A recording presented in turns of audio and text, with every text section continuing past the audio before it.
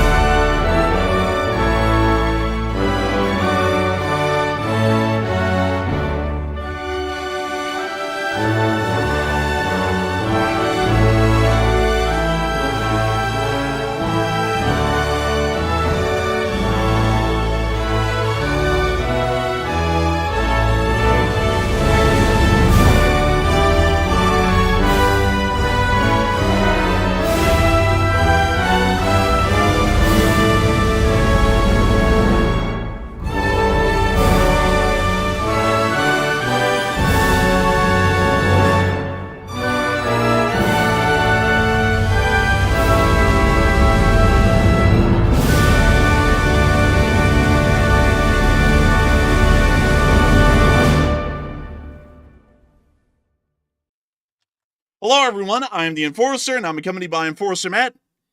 And good evening, folks. It's Enforcer Matt, and welcome back to day 1267 of the War News stream. And today we have very big news that Russia's deployed nuclear-capable missiles into Belarus around the Polish border. Also, Ukraine's destroyed the Russian frontline breakthrough as of recent, and Iran's launched unknown ballistic missiles over their territory. And we have very big news, and it's good to see you all once again. And of course, we're going to be covering the past 24 hours of news from around the world, as we have been able to hear significant developments inside the Middle East, the Eastern European region, the Middle East, and also the Indian subcontinent as well. As we have been able to hear today, according to the Belarusian Ministry of Defense, nuclear-capable weaponry, including Oreshniks and other nuclear-capable weapon systems and missiles, will be deployed in the Zapad 2025 military exercise directly along the border. This is a direct provocation of the NATO alliance, and once again, threatening nuclear arms and the usage of nuclear weaponry in the event of a war with NATO, as the Zapad 2025 military exercise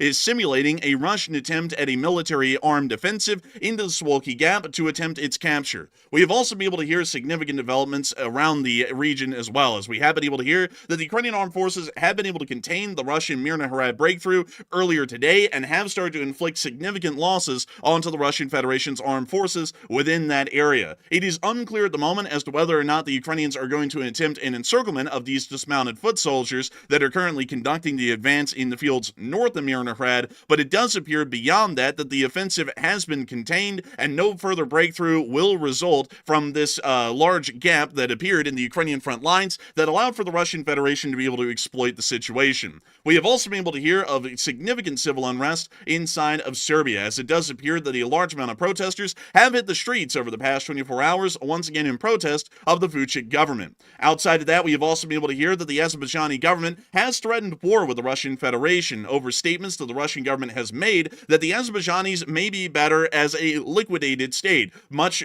similar to the Russian Federation's invasion of Ukraine. Azerbaijan snapped back immediately, stating that they do not run a ragtag army and will put a whipping on the Russians if necessary. Outside of that, we have also been able to hear inside the Middle East that the Islamic Republic of Iran has conducted ballistic missile tests today within the western part of the country, while at the same time Israel has been continuing to conduct airstrikes inside of Gaza and Southern Lebanon, and within their airstrikes in Southern Lebanon, they were able to confirm the death of another Hezbollah commander. Inside of the Indian subcontinent, we have also been able to hear that Indian armed forces appear to be responding to a situation within the northern region of Jamu and Kashmir near to the line of contact where a supposed Pakistani infiltration operation was conducted. While we do not have any corroboration or confirmation that the Pakistanis did conduct an infiltration operation, it does appear that the Indians are scouring the area to see if there is any evidence of such a situation. They have also denied reopening the dams within Jamu and Kashmir after an international court ruling deemed that they must. The Indians have once again refused, stating that they will not be allowing a single drop of water to enter the nation of Pakistan, largely meaning war is coming in the near future. We have also been able to hear within the Democratic People's Republic of Korea that they still have the boomboxes on the border, despite claims from South Korean media outlets stating otherwise, and we have also been able to hear of other major significant news and developments about the upcoming United States-Russia talks inside of Alaska. If they can even be described as talks at this point, it does appear that there will be really no substantive items or issues spoken of between the President of the United States and the Russian Federation at this point, although there has been rumors stating otherwise. We have an absolutely massive amount of news to cover over the past 24 hours, and of course we're going to be covering each and every single piece of major news that we just laid out and all of the little pieces in between in our news coverage tonight. But moving on from that and on into the area of Belarus, we have been able to hear significant and incredibly concerning information about the upcoming Zapad 2025 military exercises, which will be conducted by the Russian Federation within the earlier or mid part of September. The Zapad 2025 military exercises are a significant military exercise for the modern Russian Federation and the Republic of Belarus. Since its early inception, the Zapad 2025 military exercise is a hypothetical scenario involving around 30 to 40,000 armed combatants on average annually that involves an attempted offensive into the Suwalki Gap to be able to secure an important choke point for NATO logistics and also for further NATO reinforcements that will be attempting to reach the Baltics in the outbreak of a conventional war. This war game has been incredibly provocative, at least in the hypothetical scenario that is attempted to lay out over the years, and this year actually appears to be the largest Zapad 2025 military exercise that can be expected so far. Multiple analysts and satellite and picture photography are apparently suggesting that over 110,000 Russian and Belarusian forces will be involved in the Zapad 2025 military exercises that are going to be happening this year. This is the largest amount, and according to most calculations, is a significant enough force that they could conduct not only an offensive into the Suwalki Gap and most likely take it within the first opening 48 hours, but they would also be able to conduct a significant spearhead offensive towards the capital city of Vilnius inside of Lithuania, meaning that the situation is going to be incredibly tense this year in the midst of the war game, which is allowing for a large buildup of Russian Federation armed forces within this region that are armed and can threaten the Suwalki Gap and southern Lithuania. Most importantly, however, an incredibly alarming and concerning statement has come out today from the Belarusian military Ministry of Defense. We have been able to hear that apparently, according to the Russian-Belarus military drills this year, they will be practicing planning the use of nuclear weapons and Oreshnik missiles in the outbreak of conflict within the area. This was announced by the Belarusian Defense Minister, Viktor Krenin, and he did not specify exactly how this planning would take place, but we were able to get additional details beyond that. The head of state demands that we must be ready for all possible scenarios, according to the Belarusian Defense Minister. We were later able to hear corroboration that these weapon systems are actually going to be present inside the military exercise, as Russia and Belarus are set to practice the use of nuclear weapons and Oreshnik IRBMs during the upcoming Zapad 2025 exercise. exercises, the Minister of Defense Viktor Krenin stated inside of Belarus. This is an incredibly concerning development and is actually one of the most escalatory actions that can be made inside of a military exercise that is conducted anywhere in the world. This is actually equivalent to the sort of escalatory nature of significant Cold War military exercises conducted by the Soviet Union or NATO, depending on the year, including the infamous or largely famous 1985 Operation Able Archer that was conducted by the United States of America that was so large and generally concerning to the Soviet Union that they actually believed that the war game was a guise to be able to build up a large enough attack force to be able to go to war with the Soviet Union that year in the midst of the military exercise. It is actually considered by many, now that we have a large amount of undisclosed or more so classified documents that were uncovered after the collapse of the Soviet Union, to be the closest that NATO and the Soviet Union ever came to nuclear war outside of the Cuban Missile Crisis in 1962. Outside of that, however, it's incredibly clear that the Russian Federation is attempting to leverage nuclear escalation once again against the countries inside of NATO's eastern frontiers and against the NATO alliance as a whole. The fact of the matter is that these weapon systems are nuclear capable, and from what we are hearing by the Belarusian defense minister, they are making it incredibly clear that they are going to be practicing the nuclear use of these weapon systems, not the conventional use of the weapon system with conventional warheads. This does suggest that these weapons could possibly be nuclear armed in the advent of this military exercise, as it would be completely impossible to ascertain, beyond the drills that they would be conducting, what type of warhead, if any, is inside of these nuclear weapons. For this reason, and the fact that it's creating a great deal of uncertainty here in the West, this is the most escalatory action against NATO that the Russian Federation has made so far. These nuclear-armed weapons, such as the Oreshnik IRBM, which is launched from a transport-erector launcher, as well as other versions of nuclear weaponry that is being rumored to be used in practice in this exercise as well, will only be a couple of dozen miles away at the greatest from the Polish and Lithuanian borders, if it is within the parameters of the Zapad 2025 military exercise grounds, which exist entirely to the north and west of the city of Grodno. This means this is the largest escalation that we have seen so far, at least in terms of diplomatic or war game-like exercises by the Russian Federation against the greater part of NATO. Not only that, but it is being joined simultaneously this Friday with another completely insane test. While the Zapad 2025 military exercises are still coming around the corner, and the announcement was made today that they will be practicing the use and firing of nuclear-armed weaponry in this military exercise, including that of the Oreshnik hypersonic missile, we have also been able to hear from the Russian Federation's armed forces that they will also be test firing a nuclear-powered missile, the 9M730 Burevestnik, this week, in the midst of the Friday talks that will be conducted by the President of the United States and the President of the Russian Federation inside of Anchorage, Alaska, at the Elmendorf Joint Base. This is the largest amount of nuclear escalation that could be made. And to make it somewhat clear, nuclear tests do not have to operate on a schedule. These missiles do not have a shelf life where they'll expire within the next week like a loaf of bread if they're not used right now. The Russian Federation, if seriously viewing a prospect of peace with the West, would not be testing a nuclear-powered ICBM that would be able to strike directly at the United States of America. The fact that they are making the announcement in Belarus that the Zapad 2025 military exercises are going to be practicing the implementation of nuclear weaponry on the battlefield, while at the same time the Russian Federation is testing out a nuclear-powered ICBM during the midst of the Friday talks coming up in Alaska, have made it incredibly clear that the Russian position is more so one of taking the United States at an advantage of this moment. The United States is treating the Russians with a great deal of deference and generally a great deal of friendliness, while at the same time the Russian Federation is trying to make it as clear as possible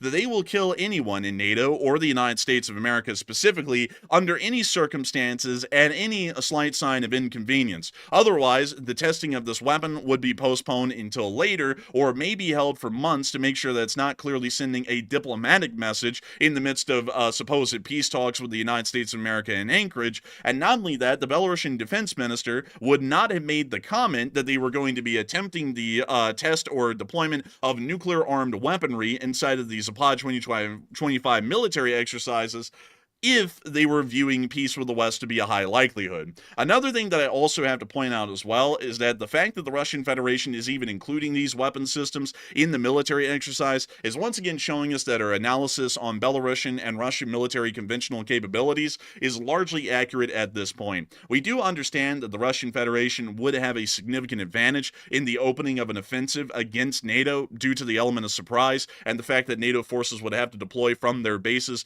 to the front lines in any significant numbers, consolidate a defensive line, gain air supremacy over the Russians, slowly beat away at their air defenses and rocket artillery, and then afterwards start an offensive into the Russian lines to push them back out. In that element, or in that moment of the conflict, the Russians would have an upper hand advantage, but it would diminish rapidly as NATO forces were able to consolidate their efforts and supplies and were able to start conducting counterattacks. For this reason, this military exercise is testing out the next element of the Russian defensive line at that point, which would be the nuclear arms. It is incredibly clear that Russian conventional forces would not be able to stand up to a NATO counteroffensive for long, and for this reason, the Russian Federation would most likely be the first in a armed confrontation between NATO and the Russian Federation to deploy and use tactical nuclear weapons onto NATO force groupings of any significant variety that are not highly spread out, to be able to try and destroy significant brigades or army groups that would be operating within the Baltics and also within eastern Poland.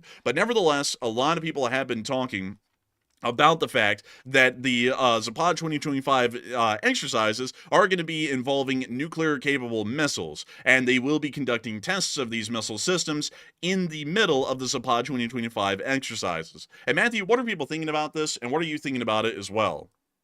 All right, so after Russia's claiming they want peace, they want a ceasefire with Ukraine, they're bringing out their nuclear-capable missiles, literally to put them right on the NATO border, and also not only to put them on the border, but to also test them in active practice as well. So obviously that's a huge escalation. So they're bringing in, we're told, the Oreshnik missile, and also, like the enforcer mentioned, they're going to be testing that nuclear-powered missile as well, which is an interesting concept, but once again, the disturbing part is it's nuclear-powered, and they're testing it right on the NATO border, which is obviously a massive provocation.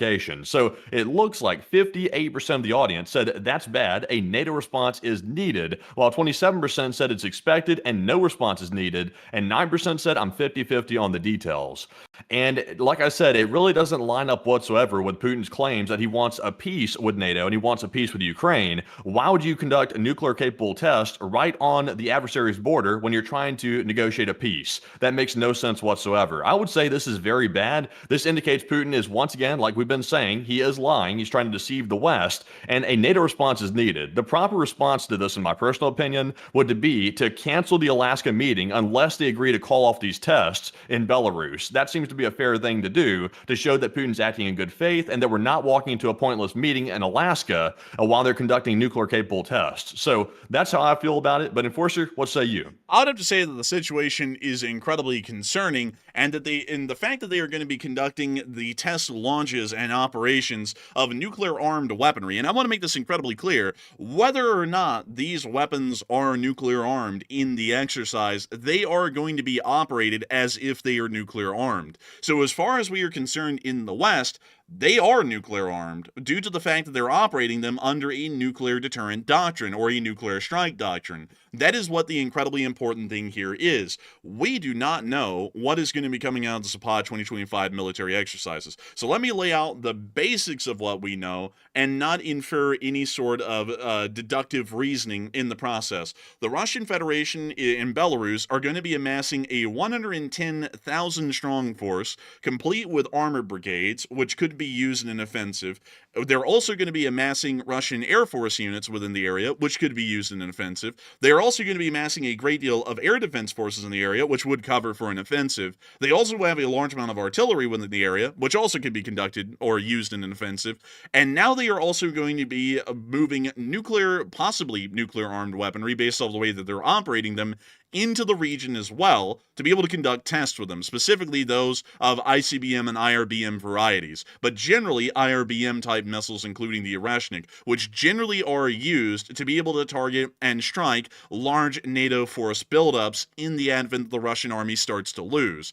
All of that put together, no deductive reasoning involved, just the facts of what we know, is an incredibly concerning sort of a situation. This is as escalatory as it gets. I'll be honest with y'all, this is exactly what the Russian Federation did. Spare the missiles, the nuclear-armed missiles possibly, leading up to the invasion of Ukraine. This is an incredibly concerning thing for that fact. For all we know right now, the Russian Federation not only is building up an invasion force to conduct an invasion into the Suwalki Gap, from what we know, they also are going to be preparing to possibly use nuclear-armed weaponry if that offensive gets pushed back rapidly in the advent of an actual conflict. I do have to remind you all that many people in Europe, including the European Parliament, have directly addressed the situation of the Zapad 2025 military exercises, and due to its increased size in number well over any other year, it actually is a decent likelihood, even according to official statements of the European Union Parliament, that this military exercise may actually be a prelude or a disguise to build up a proper invasion force to conduct an invasion of the Suwalki Gap. Really quickly, let me go and find that for y'all. Zapad 2025. And let me go right here to the European Union's Parliament's direct answer on the situation. To make this quite clear, this is the official website of the European Union Parliament. And I want to quickly make sure that we read off exactly what the answer was to the question. I want to make this incredibly clear.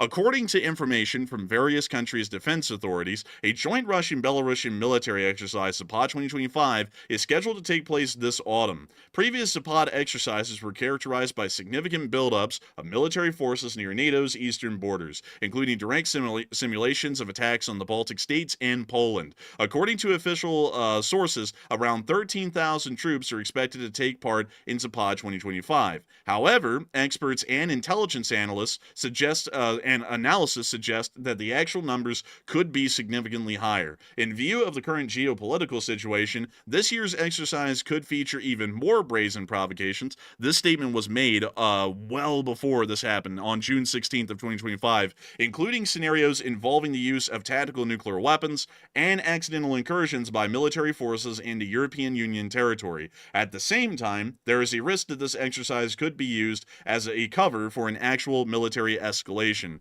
meaning war. So by the European Union Parliament's direct answer to the question that was presented to them by the press, they stated that this could be a direct cover-up, this year at least, given the current situation, for an actual military escalation by the Russian Federation. With that in mind, and the fact that these weapons are being brought into the area, regardless whether it's going to lead to a direct war or not, this is an incredibly dangerous situation and one that must be responded to by NATO in full. This could be, from what we know, we have no reason to know otherwise, an actual attempt at an armed invasion of NATO. And there must be an equal or counter response by NATO to show that the NATO forces are ready for a confrontation with the Russian Federation. And largely, I would believe that the best way that NATO could show that is by conducting a military exercise around the city of Elk or somewhere just outside of Warsaw. That would generally show that NATO is prepared and armed to face down a potential Russian invasion, and that would also allow us to have proper diplomatic justification in the meantime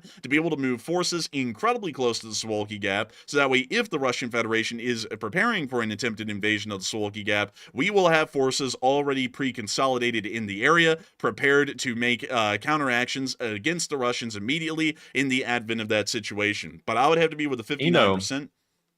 You know what's also very disturbing as well is not only is Russia doing these tests right on the NATO border, but they're actually coming out, like the Russian officials are coming out and stating that they're doing this for the sole purpose of sending a shot across the bow to NATO countries, specifically the Baltic states, to let all the surrounding countries know that they mean allegedly business, and then they're not going to stand down if they feel threatened whatsoever by these NATO countries. So it's not like they're doing it as a routine test. They're doing it with the intent behind it to scare all the NATO citizens in the area and to basically cause them to back down, which in my opinion is pointless because obviously we have nuclear armed countries right there on the border of Belarus, so it's not like they're going to get backed down by that. But it's just the fact that they want to take another level of escalation in the midst of asking for peace, which it should show us all that they're not serious. I mean, that should be like a humongous red flag right there that Russia's not serious, but it seems to be that is falling on deaf ears yet again.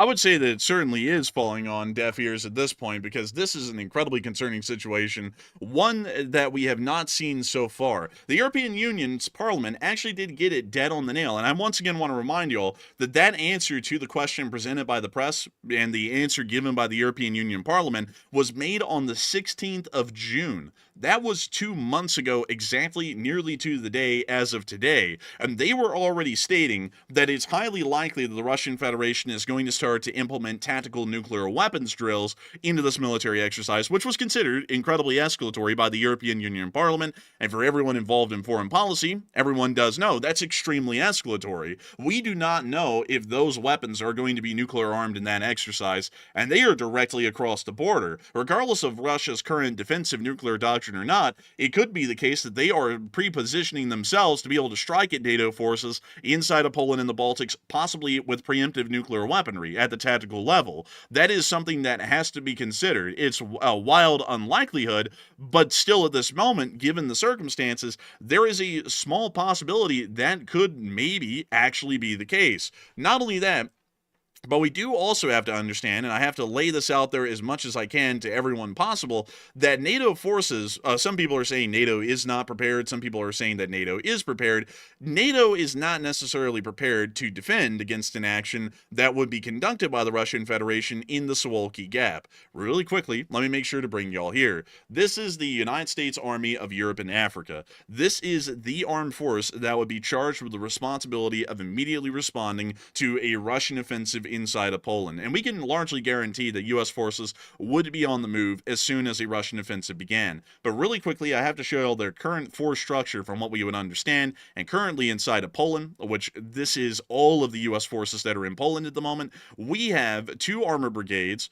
1 division-level artillery unit, and we also have 1 combat aviation brigade present inside of Poland. All of these are generally based around the southeastern region, well, the southwestern region of Poland, near to this city right here, and you can actually see a larger part of their training grounds just to the north of that city. This unit is constantly based around this area, and many people may say that NATO forces or U.S. forces are scattered around the whole of Poland, but the situation, at least on a strategic sense, is that we will not be able to create a coordinated defensive effort or a blocking action at all from a Russian advance into the Suwalki Gap until all U.S. forces were brought to bear around the Suwalki Gap, and even still, these 2 full armored brigades and a combat aviation brigade, largely existing as a full division-scale force, may not be large enough, and generally would not be large enough to conduct a full-on or full-scale blocking action. At best, they could most likely operate as a screen, probing and hitting Russian forces as they advance into the Suwalki Gap, but even still, they're not pre-positioned to be able to do that, at least at the moment. That would take most likely 48 to 72 hours to see those armor brigades brought into the area, although the rotary aviation brigade or the combat aviation brigade could most likely be brought into the area within less than 24 hours, possibly even within less than 12.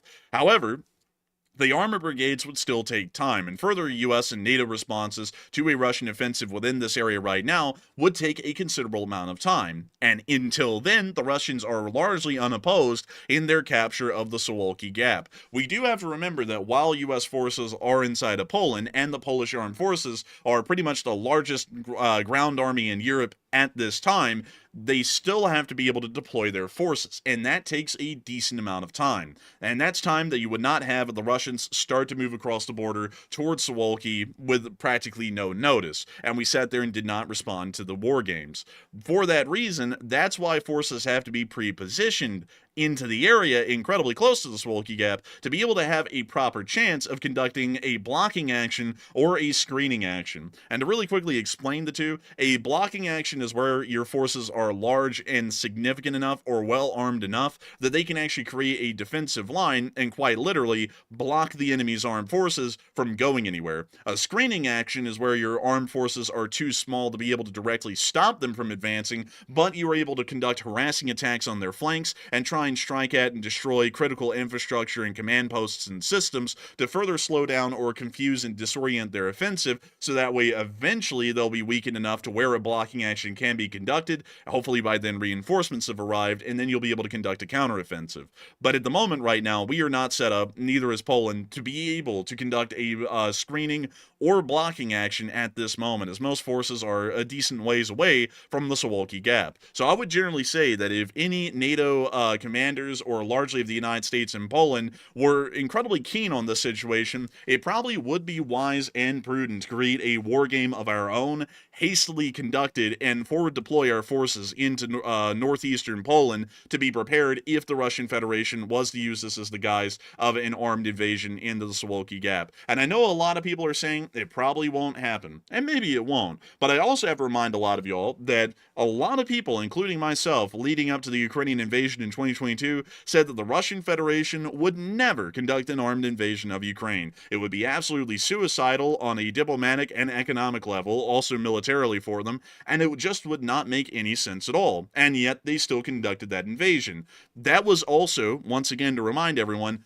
under the guise that the Russians were only conducting a military exercise or a war game when that was being conducted. They pulled off that disguise so well that a lot of the Russian armed forces that were involved in those opening days of the offensive still actually believed that they themselves were on a military exercise while they were invading Ukraine. And from what we actually know in hindsight now, they actually still thought they were in a military exercise when they pushed across the border into Ukraine, because a lot of them didn't even know where in the world they had been in, where they had ended up, because no commanders or any NCOs, not that the Russians have any NCOs, told them where they were and what they were actually doing on that opening day of the offensive. But beyond that, I'll be honest. I'll be honest. Zapad 25 has got me a bit worried, and especially with this new announcement of the nuclear test, or when I say nuclear test, it's nuclear capable missiles. It's not a nuclear weapon per se, although it could be. Technically, it could be. We wouldn't know until the very last second if it turned out that it had a nuke on it. We wouldn't know unless we had a human or intelligence from the ground. But it's concerning, though, because they're expecting about 100,000 Russian and Belarusian troops inside of Belarus, which is right on the NATO border. They're also going to be doing these nuclear capable tests.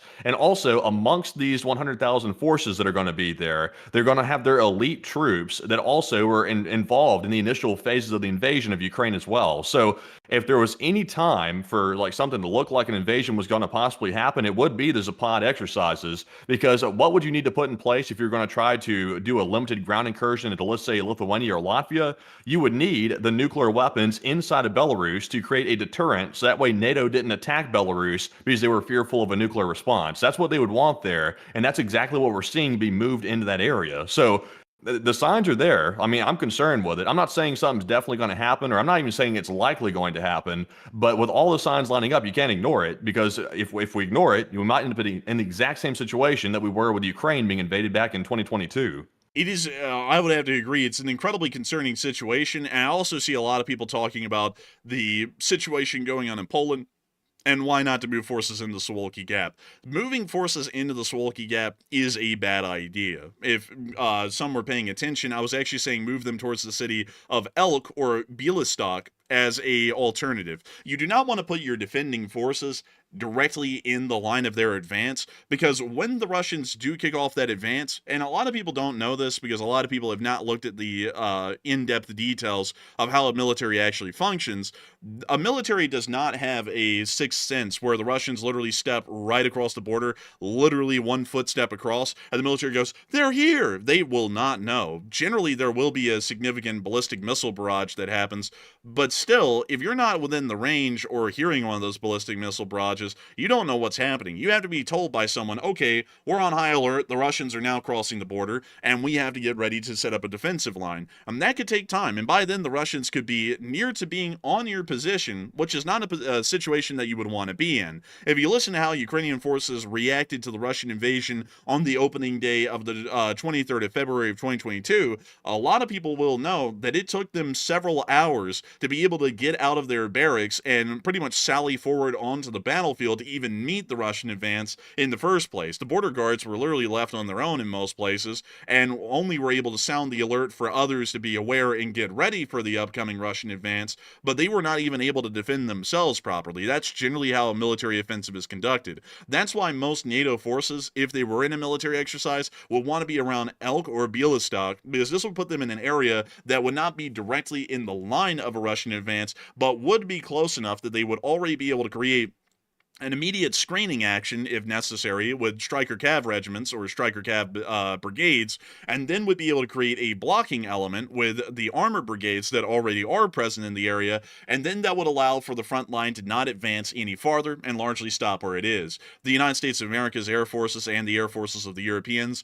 would start to conduct seed operations against Russian air defense within the area, and rocket artillery would be heavily active during that time, especially trying to target any Russian command, communication, and logistics hubs that were able to be spotted or identified by reconnaissance. Then once all of that is secured, it would take a good bit longer beyond that to soften up the Russians for a counterattack, but that would be the general situation that we would see. Because if you leave forces where they are right now, inside of Poland specifically, the Russians actually could probably advance to maybe even take the city of Bialystok or Elk and create a very large perimeter around the Suwalki Gap, where we would have to take even further efforts in the future once we started to conduct our counterattacks to push them back and out of the Suwalki Gap. You want them to be close, not directly in the line of fire, but close enough that when the war begins, they are pretty much already creating a defensive line and screening the Russian advancing forces at that very moment. But with that, we also have been able to hear a little bit more, really quickly to share this with y'all, about the Burevestnik, which is a nuclear-powered cruise missile, for the best way to be able to put it out. This thing has, technically, because it's a nuclear-powered missile, an unlimited range. And this is something that's a little bit interesting about this. It uses what could be described as a nuclear-powered turbojet, much like a normal cruise missile. But the thing is, and this is what's interesting about it, is that a turbojet works off of heating air. That's how it works. So generally, any sort of a fuel source that is able to heat air is able to run a turbojet. Usually, in most of them, aviation-grade jet fuel is used inside of a combustion chamber, which would be seen around where my mouse cursor is on this infographic, to be able to rapidly heat and expand the air, which vents out of the back of the jet engine, spinning those turbines, which is what actually creates the thrust. The forward turbines are connected on the same shaft, and those turbines are designed to pretty much suck in cold air from the front of the jet engine and then push it further back towards the combustion chamber. This Burevestnik missile operates in the very same principle as a normal aviation-grade jet fuel-powered turbojet, but instead of using aviation-grade jet fuel, it uses a nuclear reactor that rapidly heats the air and means that it has an unlimited range. This thing can actually fly around the world several times before it makes impact. This means... Now, wait a second. If this thing, now, a normal jet engine, it has exhaust, obviously. So how are they mitigating the radiation risk of this thing potentially putting out radioactive exhaust? Because I don't know exactly how this thing works. I haven't gotten the whole rundown on it, but wouldn't it be putting out some type of contamination out of the exhaust pipes or something? From what we know, we think that it probably will. Something was similarly done by the United States way back in the day, or at least was theorized about creating a nuclear-powered cruise missile back in the late 50s when the atomic power age was all the craze, but it was actually canceled because they realized it would be leaving a path of radioactive dust behind it as it was traveling through the air. Because these cruise missiles do fly at a low level, so this thing would actually be leaving behind a decent path of radioactivity as it was flying only several hundred feet above the ground, much like any other cruise missile. So I don't know Oh, if that's the crazy.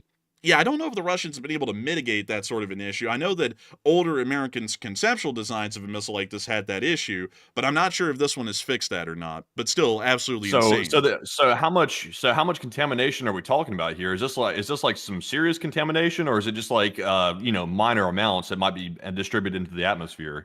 Actually, it wouldn't be distributed into the atmosphere because it's so low to the ground, it actually wouldn't be carried off. It literally settled practically where the flight path was, give or take a couple hundred feet off to the right or the left behind the missile. But from what we know, this would be the kind of radiation that would be, at least in a sense, kind of similar to that from Chernobyl.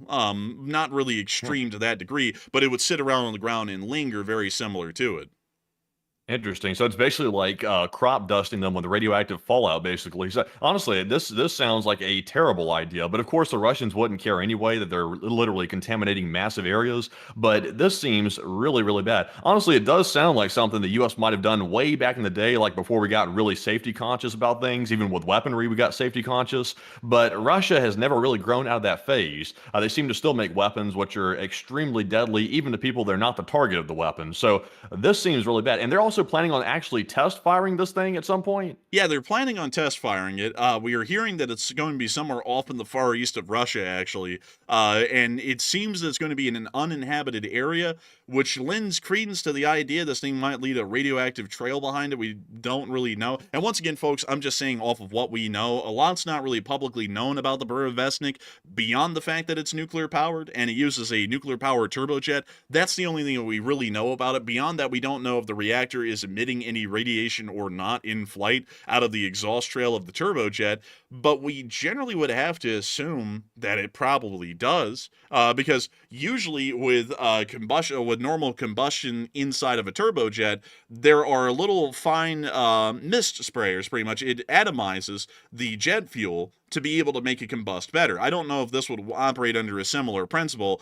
where the reactor has to have some sort of a direct connection with the air, which would generally create some sort of a radioactive trail of a sense, because it would be leaving behind some trace elements of radioactive elements. But this could also be contained, meaning that it may not have any active radiation that's being emitted from it. I also don't know what happens when this thing makes impact, because considering the fact that this is a operational nuclear reactor, a small scale one, that's on this missile, I don't know if when this thing hits, it ends up becoming a dirty bomb, or if the reactor has some sort of a deactivation system where it turns itself off and it pretty much glides into its target to be able to cut down on pretty much the dirty bomb element that will be involved in literally blowing up an active reactor inside of a cruise missile. We don't really know a lot about how any of that works, so there's a lot of mystery But around this thing. even but I mean, even if they deactivated the reactor in this thing, and once again, we don't know exactly how it works, but even if they deactivated it right before it impacted, there would still be nuclear fuel in it that wouldn't be being cooled, so it's naturally going to have a meltdown. So basically, it sounds like a lot of people are saying in the live chat. I would tend to agree. This sounds like a nuclear dirty bomb of sorts. They're trying to sell it as a nuclear powered missile, but really what it is, it's basically a nuclear weapon, essentially. Well, I think what's going to be, I don't know if this is going to work incredibly well. I think the reactor is technically air cooled, although I've never heard of an air cooled nuclear reactor. I think that's something you usually hear for like a car, possibly, or something along those A lines. car. Yeah, like there's some air cooled in normal gas powered engines out there, not from a Oh, you radiator. wouldn't air cool. You wouldn't air cool a nuclear reactor. I can tell you that. You'd be in some serious trouble if you were doing that. That's what I'm thinking, but that might possibly be the Russian explanation to how this thing works, is that it's air cooled, considering that air is being pulled in from the front of the turbojet. But I have absolutely no clue, to be honest with you all, how this thing is really going to work in practice. And we're going to have to generally just see when they test launch this thing what it does. Does it leave behind a trail of radioactive dust? Does it end up becoming a dirty bomb when it impacts its target? What does it do? We have no clue, and we're just going to generally have to wait to find out what exactly it does when it's put into testing. But with that, we have also been able to hear more pretty interesting news coming out from the region beyond the fact of the Russians being pretty much nuclear trigger happy at this point with the nuclear testing that'll be conducted within the Zapad 2025 military exercises, and also the nuclear powered cruise missile that's also going to be tested within eastern Russia pretty much on this Friday.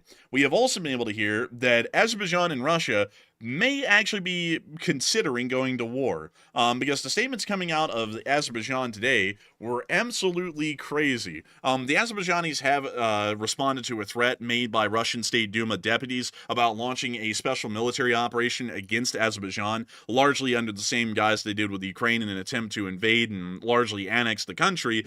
And this was the official Azerbaijani statement. The Azerbaijani army is not the kind of force you scrap together from prisons, and you plan to scare scare us with this: there will be nothing left of you but scraps. The Azerbaijani army surpasses in manpower and equipment all the units you have in the Caucasus combined. So it sounds like the Azerbaijanis are getting ready to start slaughtering Russians if the Russians continue to test the Azerbaijanis, which is nothing that I planned on saying this year, and nothing that was on the bingo cards, but nevertheless, it does appear the Russia and Azerbaijan, which generally were close allies just about 2.5 years ago, are now getting to the point that the Azerbaijanis are actually threatening to start slaughtering the Russian army within the Caucasus Mountain regions. So, don't really know what's going to be going on with this, but I have to tell you that over the past months, the diplomatic situation between Azerbaijan and Russia has deteriorated at a rapid pace, going from Azerbaijan being somewhat friendly to the Russians to now the Azerbaijanis are openly hostile to the Russian Federation on an official governmental level.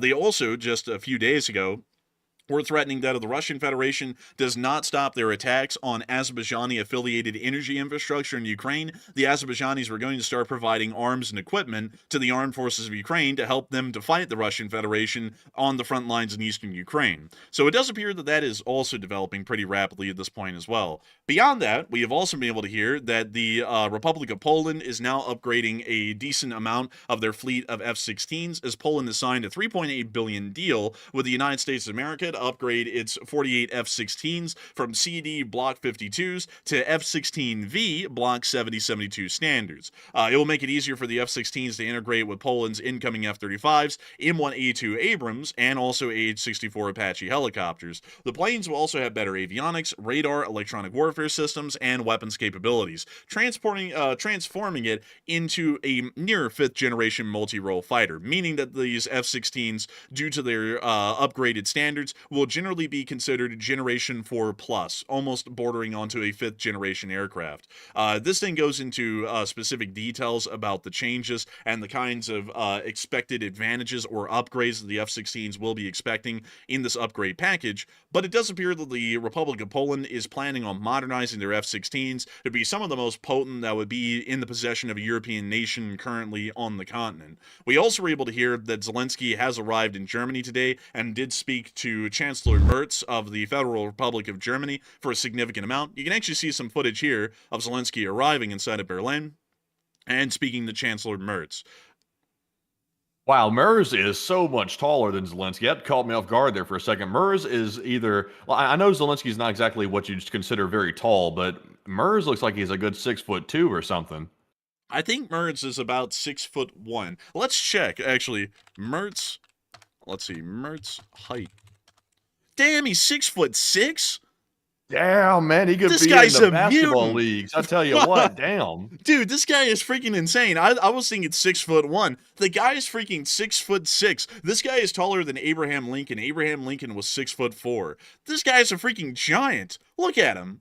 Like, listen, if the Russians went to war with Poland, I think Merz would just walk out there and literally hold out his arm and stop the Russian army from advancing from how tall this guy is. Jesus, look at him. The guy towers over everyone. This guy is a menace. Like, in the diplomatic world. Go back to the picture. Go back to the picture of Zelensky next to him. I want to see that one again real quick. Let's see this. Honestly, like Zelensky looks like miniature compared to that guy right there. Like, really?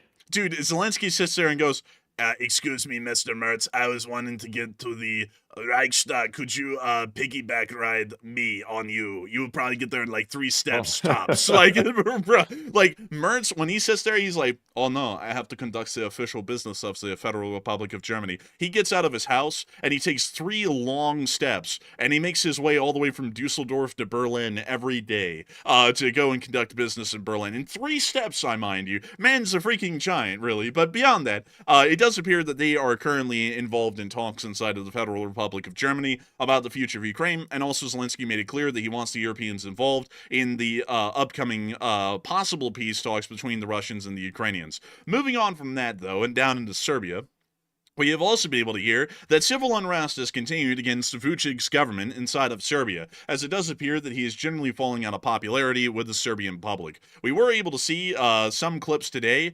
showing the unrest inside of the nation of Serbia, and it does appear that Belgrade has now been nominated for a new name. They're saying that they're going to start calling it Hellgrade, and here's the reason why.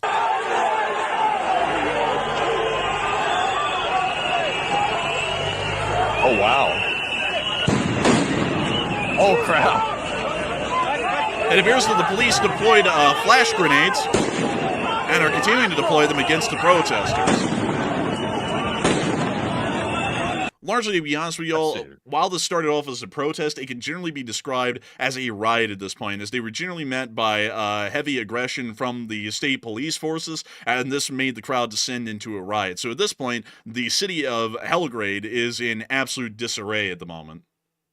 Yeah, it seems like a complete chaos right there. A little bit overkill, too. Like, they immediately threw massive flashbangs into the crowd. They literally just ran up over there, so that's kind of wild. Yeah, it's absolutely nuts.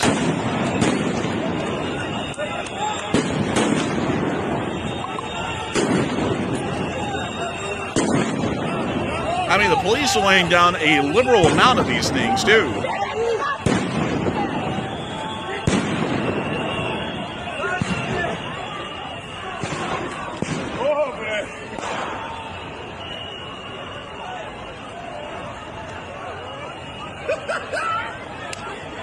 I like how the cars and the buses just keep going by like there's nothing going on at all. It's just like affecting only the people, but not the cars. Man, the cars are unfazed, but generally this has been going on for a while now inside of Belgrade. This has been going on for at least 2.5 months at this point, so I guess it's kind of the normal part of the city nowadays. But generally, in case of y'all didn't know, these are protests against Vucic's government inside of Serbia, as many have started to claim that Vucic is generally undemocratic and taking Serbia in the wrong direction. Vucic's government has been criticized within Serbia as being heavily pro-Russian, and generally a decent amount of Serbs actually take offense to this, as they find to be outside of the national interest of the nation of Serbia to align themselves with the Russian Federation and to move away from trying to become aligned with the European Union or the European Union's Economic Commission, which, while Serbia is not an official part of the European Union or NATO, many in the country wanted to eventually become a part of NATO and also the European Union.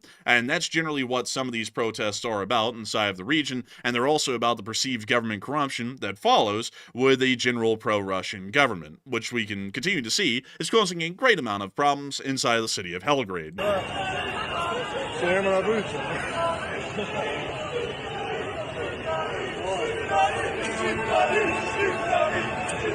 In another clip, we were also able to see more of the riot inside the city. It appears that the rioters were using fireworks as impromptu artillery against the police.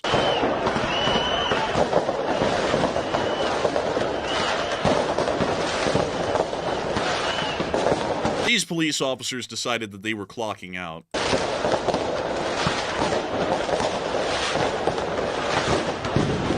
That's bigger than a 4th of July celebration in America. I gotta tell you, it really is. It's like the patriotism's unreal out here in Belgrade.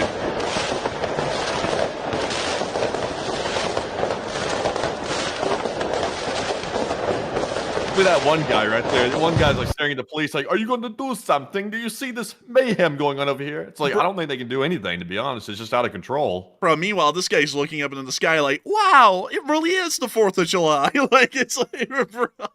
Meanwhile, in another clip, we also got to see the continued riot.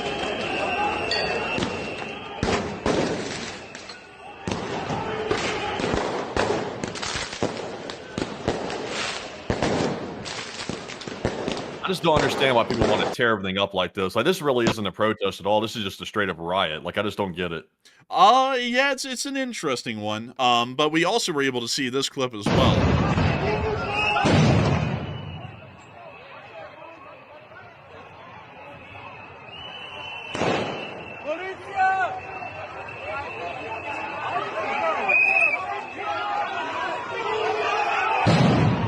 Outside of that, we have also been able to hear further developments outside of the ongoing riots that are going on in Belgrade and Novi Sad in Serbia. We have also been able to hear of ongoing developments within upcoming U.S. talks with the Russian Federation here on Friday. They'll be happening at Joint Base Elmendorf inside of Anchorage, Alaska. We have been able to hear that the President of the United States has once again stated that if the Russians do not accept some sort of a peace, or generally if Putin refuses to end the Ukraine war, there will be very, very severe consequences. Outside of that statement, we also were able to hear that there will not be any talks at all on territorial divisions during the meeting with Putin this week inside of Alaska. So based off of the statements of the President of the United States currently, both in public and in writing, it does appear that there will not be any talks about territorial concessions, either by the Russians or the Ukrainians, that will be happening in this talk in Anchorage, Alaska at Joint Base Elbendorf. We also were able to hear from the Russian Federation that it seems that they are not really going to be backing off the territorial claims. This was a statement made directly today by a spokesperson of the Russian Foreign Ministry. You can see right back here, just in case you're questioning, it says it in English, the Ministry of Foreign Affairs of the Russian Federation. Or it says it over here in Russia, if you didn't like it in Russian, if you didn't like it in English. It says, let's see, Ministerstvo, let's see, Иностранной дел Ruской Federaции. So it says it in both Russian and English, just in case you like one over the other. Or if you don't like that, it's also www.mid.russia, because Russia is mid. Bro, they already know it. They already owning it. But here's mid.russia. They had to go ahead and claim that domain before it got took. They said we can't let anyone else have this one. But here's the clip. Здесь, наверное, не нужно даже изобретать чего-то. Территориальное устройство Российской Федерации закреплено в Конституции нашей страны. Этим все сказано. Поэтому, что касается целей российской делегации в переговорах на Аляске, то они диктуются исключительно национальными интересами. Now, really quickly to explain why this is saying that they're still not giving up their territorial claims, it's stated in the Russian constitution that any Russian region that has been accepted into some form of Russian statehood is a part of the Russian Federation full on, and the Russian Federation cannot give them away. And the Russians are considering the illegal referendums that they held in the latter part of 2023 to consider the entirety of Kherson, Zaporizhzhia, Donetsk, and Luhansk oblasts to be a part of the Russian Federation, not just as territories, but as official oblasts of the Russian Federation. So for that reason, that foreign ministry statement right there is confirming they are not going to be backing off of any concessions to give back territory to the state of Ukraine. Once again, meaning they are not looking for peace. Outside of that, we also were able to hear that another one bit the dust today in Russia. Another oligarch has actually ended up dying under mysterious circumstances. Nobody even knows how the guy died. But the former general director of Uralkali and Avisma, Dmitry Osipov, died under unclear circumstances in Russia. He was the, Avisma was the world's largest titanium producer, and Uralkali was also a large mineral fertilizer production facility. So it does appear. I remember back in the day when the USSR used to give us some titanium to build our secret plane projects. This fella right here, he ran a good company. I tell you what, he will be missed. I think he's number 18. I think since maybe this year or maybe since last year of the Russian top executives getting knocked off by Putin. I think this guy is number 18 or 19 or something. Yeah, I think so. It's a little bit crazy, man, how the Soviets would just sell that much titanium. It would be a random, little itty-bitty company in Egypt. They'd be like, hello, we need, several metric tons of titanium. And the Soviets would be like, oh, sure, here you go. And then it immediately gets shipped out of Egypt straight to the United States. And then we turn it into an SR-71 or something else pretty cool. It's a little bit crazy how they did that. But beyond that, though, it does appear that another one bit the dust. Outside of that, we have also been able to hear some significant international developments as well. Kim Yo-jong, not Kim Jong-un, stated that the loudspeakers of the boom boxes on the border are going to remain. We can already see her dreadful scorn in that picture right there. And we also were able to hear of some further developments inside of the Republic of India. But before we move on into all of this international news and try and knock it out just to get the updates and developments in these regions out pretty quickly, we were able to hear that U.S. officials did insist that they'll not force Ukraine to give up land and will continue military aid. And a lot of people have been throwing in their thoughts and comments on that. And Matthew, what are people thinking about that, and what are you thinking about it as well? All right. So a lot of people are anticipating this Friday meeting very, very much. A lot of people have lost hope on it. Some people are saying that there's going to be some results that come out of it. And some people are saying it's a photo op, because wherever you fall on this thing, it is going to happen on Friday. I think it actually is going to take place. So the poll says the U.S. official, specifically the U.S. president, is insisting he will not force Ukraine to give up land, and also will continue military aid no matter what the result is of this situation between Russia and Ukraine. And what are your thoughts? 53% said that's very good, that's reasonable, while 33% said, I don't believe it, I need proof, and 8% said I'm 50-50 on this one.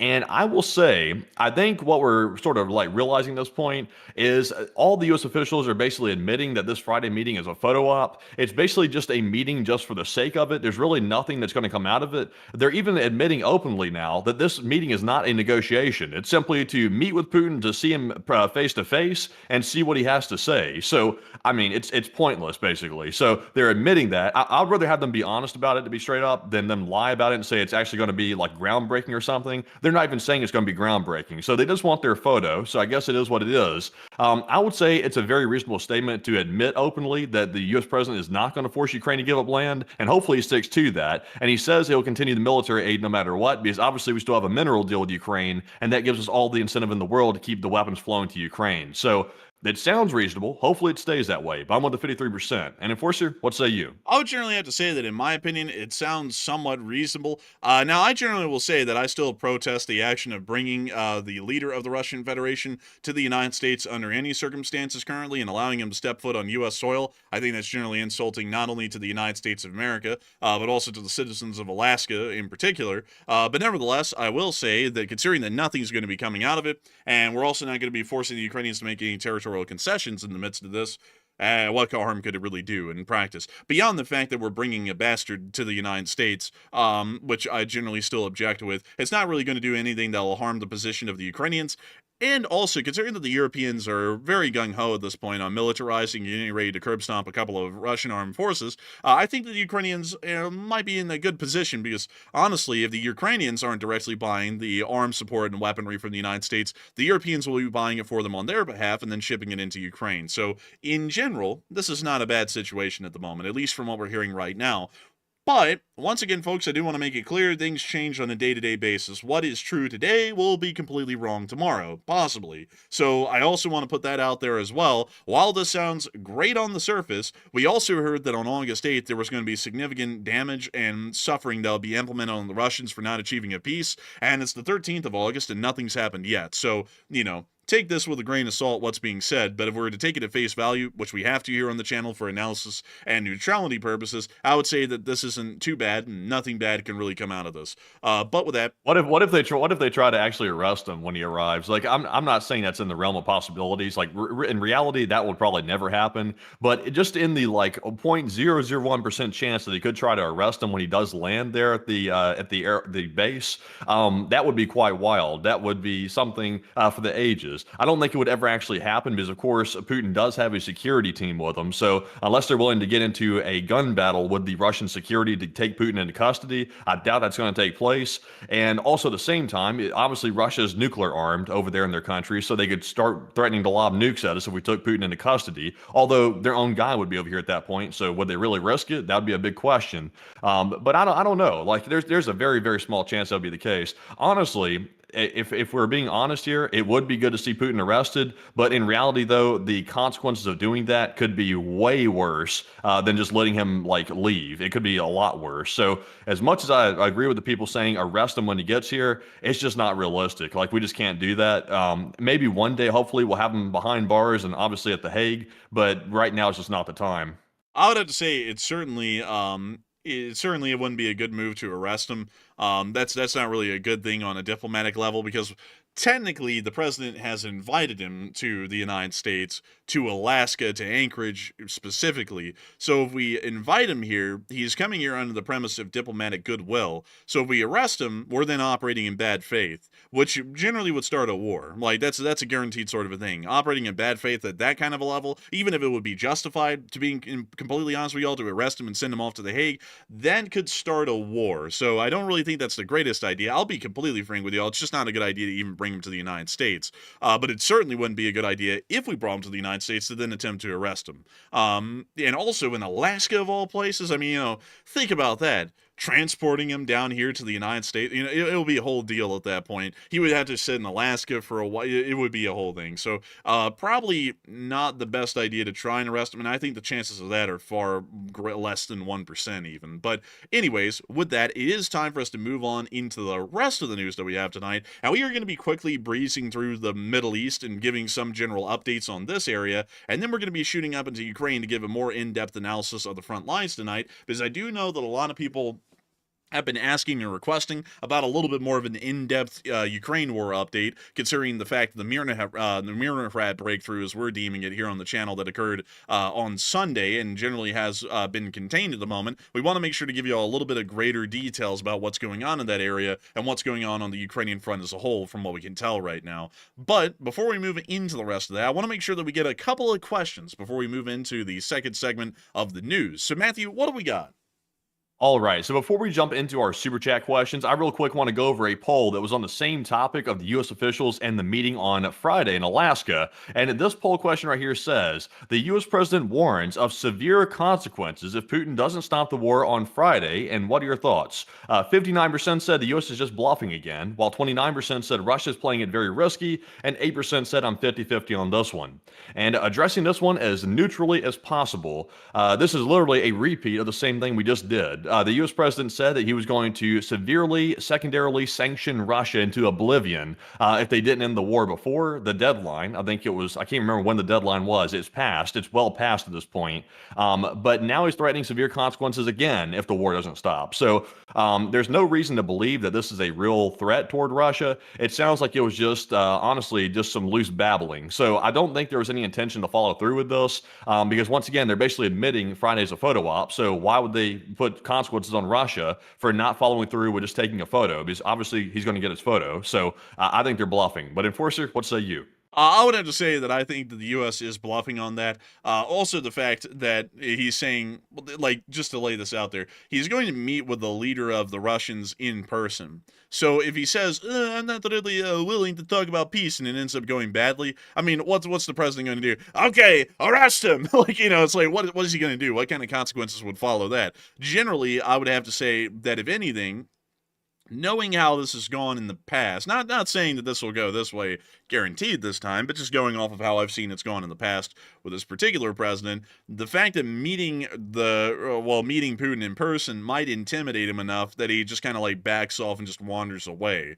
That is not completely out of the question. So, I would say that the U.S. is most likely bluffing again, and that most likely would be what happened. I'm not going to bring up the specific example that I'm drawing that reference from, but it has to do with Mexico, and it has to do with building a certain kind of a wall of a sort, like a garden wall sort of a thing. And after meeting someone down there, that was kind of like backed off a little bit quickly, at least at the moment. But beyond that, it is time for us to move on into the questions. But Matthew, what do we got? All right, so jumping into our first super chat question, we'll grab 3 of them during our first segment and then jump right back into the news. And the first one here goes to a longtime channel legend. Everybody knows the name. It is BC Skyman. Hey! He throws in a $120 donation. Dang! And thank you very much, good sir, for that massive support, by the way, the largest super chat of the night. And we do appreciate that. And also, he did not leave a comment, but also, BC did say in the live chat that he's been super busy, because I've noticed, I'm like, where's BC? He has been busy as hell, because it is literally the go season right now for his business. So that's why he hasn't been here. But BC, I completely understand. I've also been swamped in the background myself, so I completely sympathize with that. But thank you very much for stopping by tonight and throwing in that massive support. And Enforcer, what say you? And I got to thank you massively for the support, BC Skim. And I got to say, I completely understand you being busy. It's been burning hot down here in the South all summer, extremely hot. And so I bet you've had your work cut out for you in the HVAC business, making sure to keep things running around there. But I do thank you massively for support and being here with us tonight and enjoying this channel. You get a little bit of time off to relax, and you're choosing to watch this show and support it in the meantime. We're massively appreciative of you spending your time here and also supporting the channel and helping it to keep rolling. And so I got to thank you massively for the support, BC Skyman, because folks like you have been an integral part of the Lee Spring Army and continue to be so well on into the future and even in the present right now. And so a huge thanks to you so much once again. I hope that has addressed that well. And with that, we are on to the next one. And our second support here goes to K-Dub Janky, also a longtime legend of the channel. And thank you very much, K-Dub, for that $50 support as well, and for also helping to keep the channel running. And Mr. Janky said, awesome coverage and cutting a trail through massive corporate disinformation. And take one from the chat, and LSA forever. And thank you so much for the support, Mr. Janky, and thank you for enjoying it greatly. We try our best to make sure that we get out the actual news of what's going on around the world, and it's a little bit crazy to me because, as far as what we would know in the past, a major military exercise like the Zapad exercise that's going to have over 100,000 troops involved in it this year, And they're also going to be testing tactical nuclear weapons and IRBMs as well as hypersonics in the midst of the exercise, in the exercise itself. In any other century or any other decade, that would have dominated headlines in the news for days or weeks leading up to that military exercise. It's extremely provocative, and there's a whole bunch of other situations in the news tonight, like, for example, the fact that Iran is running out of water, and also Pakistan's going to be running out of water soon. Generally, that should be making national headline news, because if any national headline news company, like a lot of the ones that are out there right now, are going to run any story, I mean, like, the really big ones are happening out there in the world right now, right in front of our eyes, for anyone who would pay attention. And it's always crazy because we always have to fight that battle here on the channel to get out what's actually going on, whether it be good, whether it be bad, whether it be really concerning, or whether it just be the normal ups and downs of daily life out there in the international world. We have to battle against mainstream news because people will go, I didn't hear about that in mainstream news, so it's not real. And I'm like, there's no way that people consider the mainstream news to be the modicum of what's real and not, because they hardly cover anything beyond politics anymore. And, politics isn't the only thing, especially domestic politics, that's happening in the world right now. There's a lot going on out there. Like, there are some huge battles right now that we don't even get to cover that are going on in Sudan, like absolutely massive ones, the scale of Al-Fallujah back in 2007.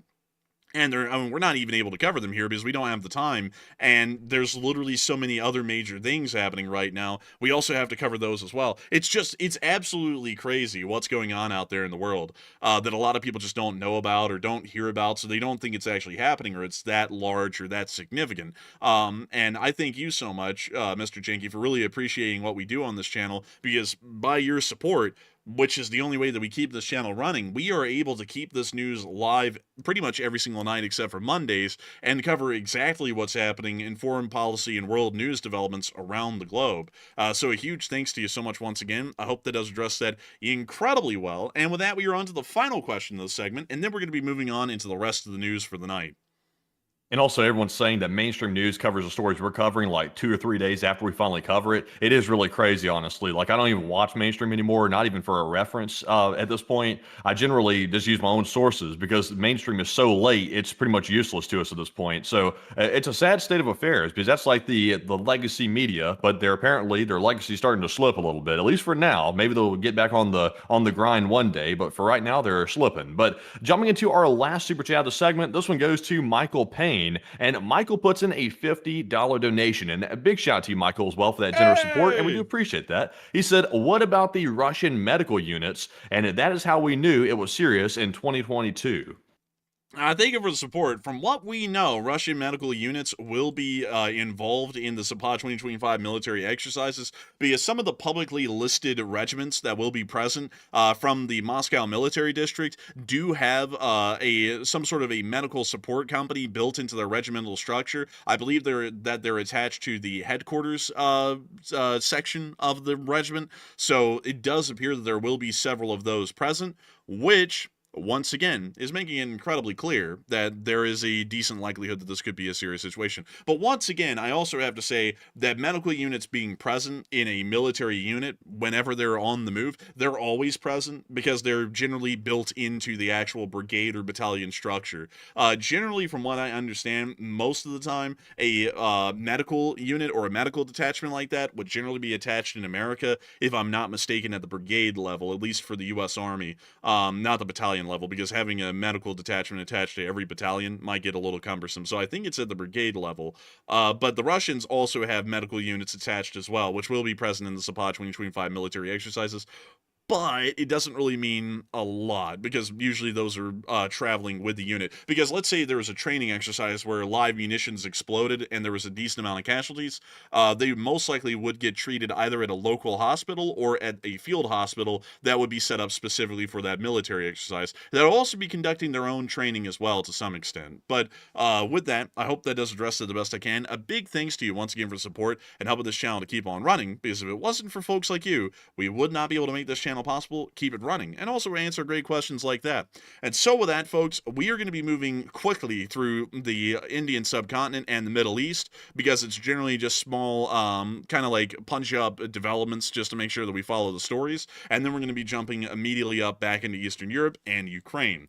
First, we have been able to hear that apparently some sort of a Pakistani infiltration was conducted along the border today. Right now, the Indian Army is launching a large-scale cordon and search operation within the area to see if there's any evidence of it, but we do not know if that's true or verified at this moment. We were able to hear, however, that an international court did order the renewal of the Indus Water Treaty, the 1960 Indus Water Treaty, urging free water flow to Pakistan, and India rejected the ruling, once again refusing to allow for the free flow of water into Pakistan. This is going to create the next war.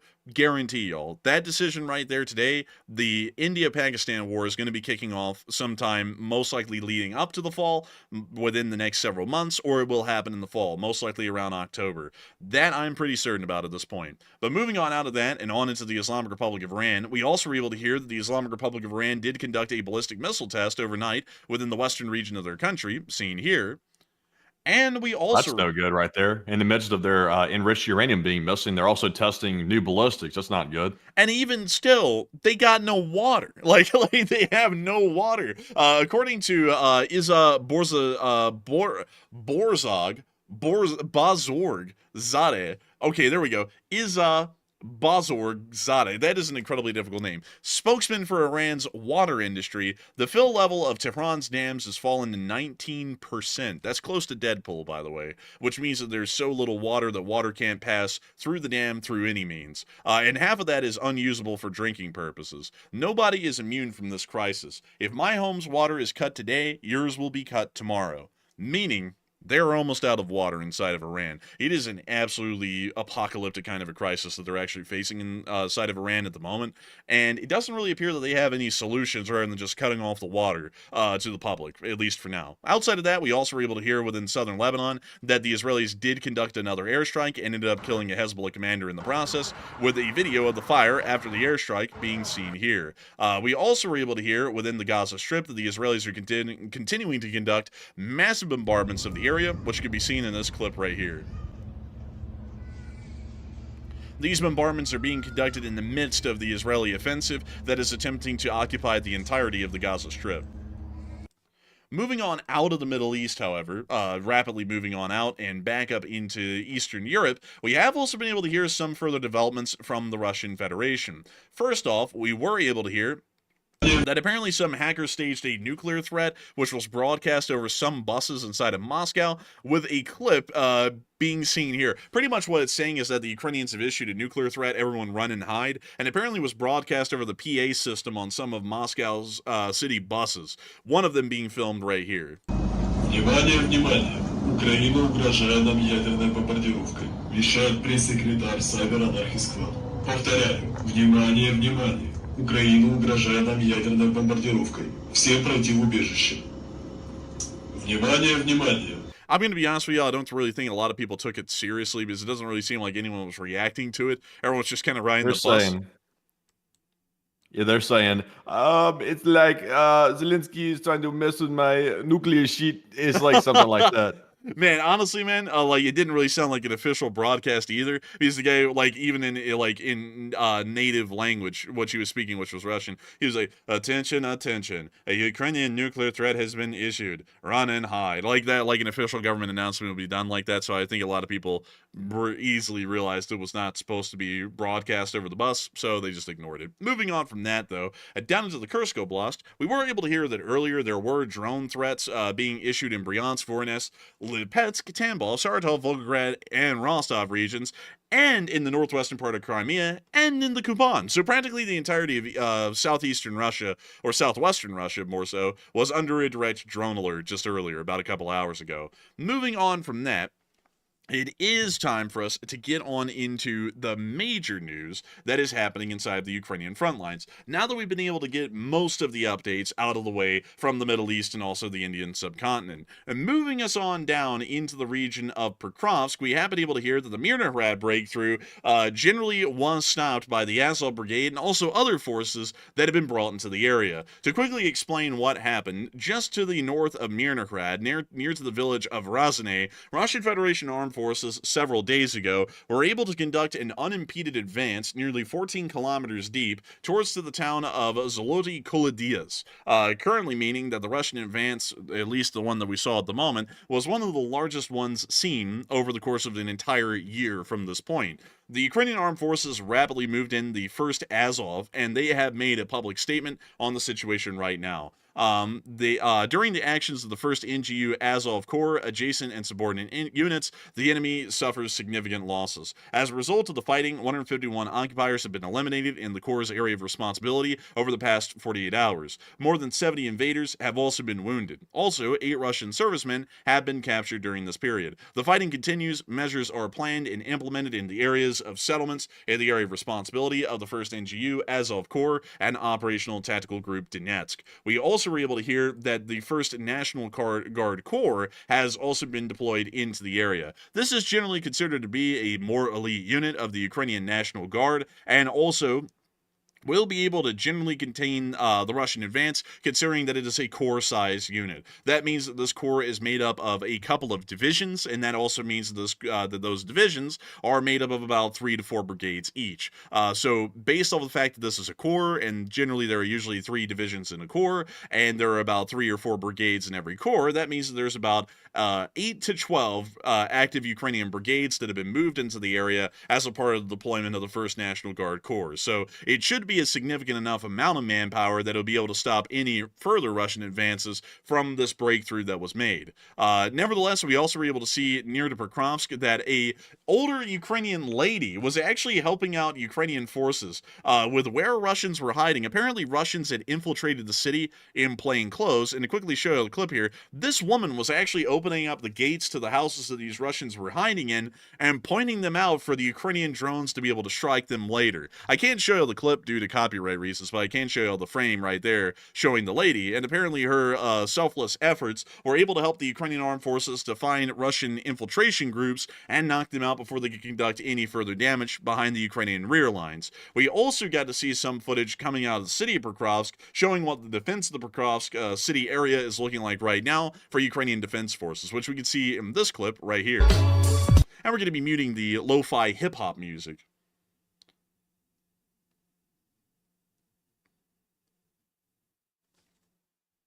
Looks like downtown Birmingham in some places, honestly. Man, it kind of does.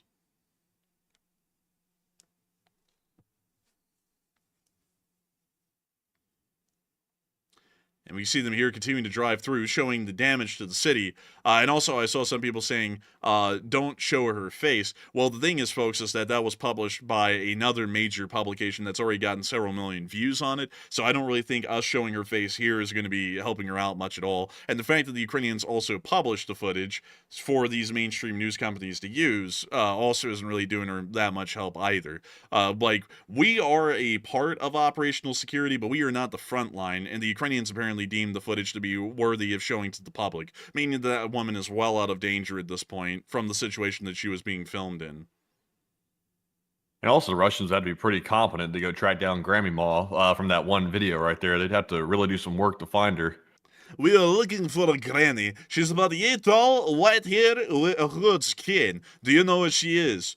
Every single granny in Ukraine looks like this, man. What are you talking about? Like, it's like, which one? These guys are just like spinning the block, basically, just going around looking. Man, honestly, man, they just kind of like whipping around. It's apparently a little bit of an inactive time. The city does come under some sporadic shelling here and there, but we can see that the damage does exist on practically every building inside of Pokrovsk at the moment.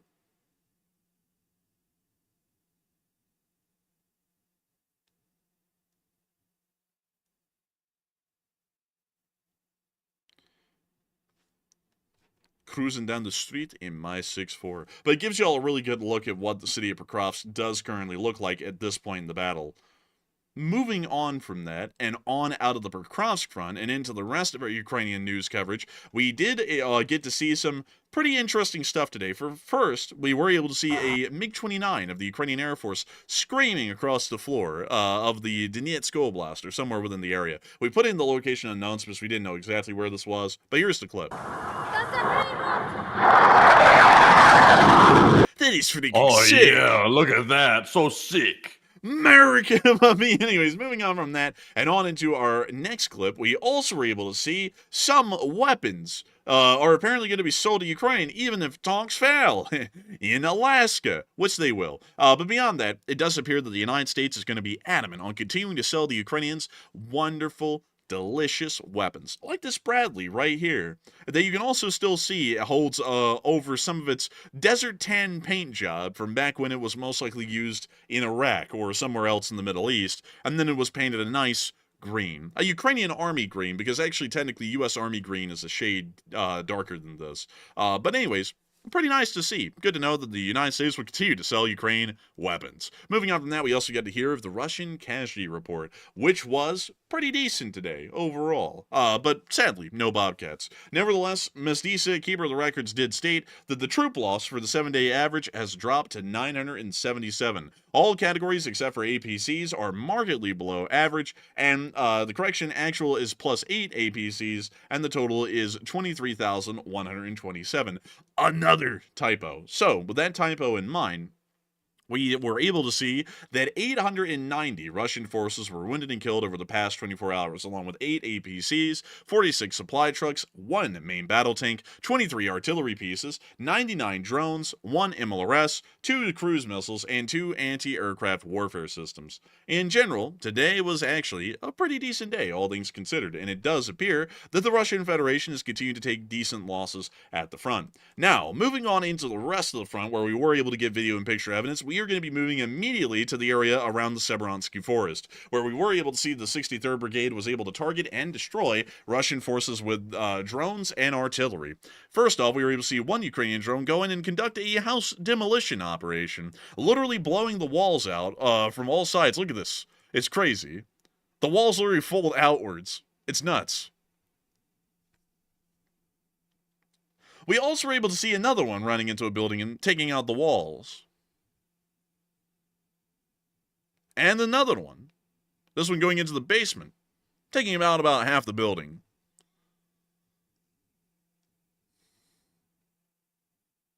And another one.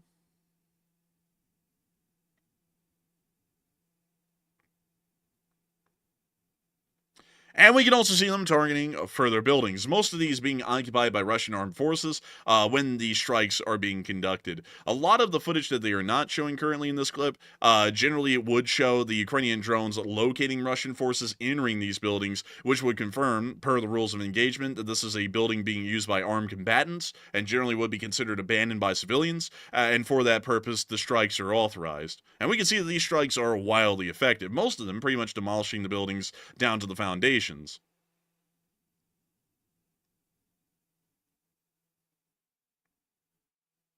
We can see more of them also impacting their buildings and, of course, completely leveling them. You can see when they don't have good construction, like those 10 sheets just go flying off without any, like, reservation at all. Like, oh, look, those were actually secured down in that building, but the last one, they just flew off like they were just sitting up there. Man, honestly, I think most of the time they are kind of sitting up there. I think they're only, like, held down by a couple of nails. And we can see them continuing the impacts on the buildings. And the Russians actually crawling out, once again confirming that they were inside the building when the strike occurred.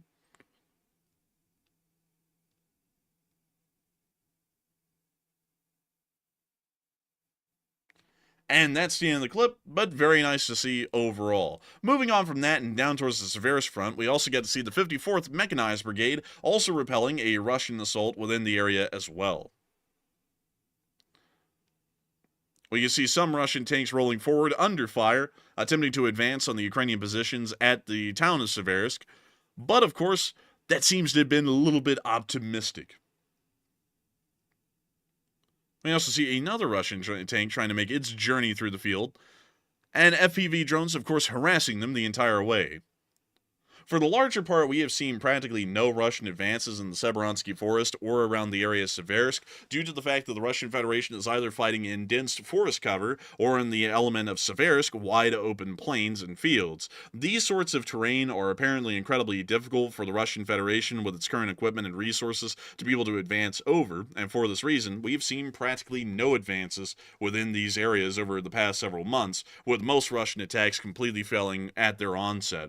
Nevertheless, we also also got to see more Russian forces getting hit by the 427th Radrog, which was targeting and hitting Russian logistics behind the Chasiv Yar area, closer to the city of Bakhmut. Also, BC Mapper said often those corrugated sheets of metal are made of asbestos. That would be, I wouldn't be surprised, but that's like the least of those Russians' concerns right now. They got to worry about that flying bomb drone, I would say, number one first. But then they might have the miso book they can go get after they survive that, if they do. If you or a loved one has been diagnosed with mesothelioma, you may be entitled to financial compensation. Well, the Russians are not entitled to nothing. Oh, look at that guy. He was just sitting back there just looking like, oh, hello. Bruh, dude, this clip right here would be the one perfect for that song that goes, "Ah." You know, like the one where they have like the dog looking off to the distance accepting their fate. Oh, yeah. That would be the one for that meme right there. But they were absolutely effective in knocking out Russian logistics in this area of the front. Moving on from that and on further down the line and towards the area of Kurakove, we also were able to hear that the Ukrainian armed forces are stating that there appears to be a preparation for a new Russian offensive in September. According to President Volodymyr Zelensky, he has stated that Russia is redeploying troops from the Sumy region to Pokrovsk and the Zaporizhia region, and are planning a new offensive that will be conducted in early September. Zelensky named Zaporizhia as one of the targets of this offensive, although we believe that this front will generally be stretching through Zaporizhia and also on up towards the area south of Pokrovsk, near to the town of Bahytir in Constantinople. But outside of that, we also were able to hear other significant news coming out of the area near to the Saki Air Base. We were able to confirm that satellite imagery is showing a strike on Russian 48YA6-K1 Podilot radar near to the area of the Nova Fedorivka Air Base, which is generally called the Saki Air Base here on the channel. And apparently it was, the first attack was able to cause a fire. The second strike was able to hit directly on the radar, completely knocking it out and pretty much resulting in the Russians becoming blind within the surrounding area to any impending aerial threats that may be trying to reach the airbase. Although it didn't really seem that good at really recognizing the impending aerial threat that was posed by the drone that hit the radar directly and destroyed it. Outside of that, in Kherson, we also were able to hear that Russian forces were destroyed here as well, as Ukrainian forces were targeting and destroying the Russian boats that the Russians use to travel from the islands inside the Dnipro River estuary area.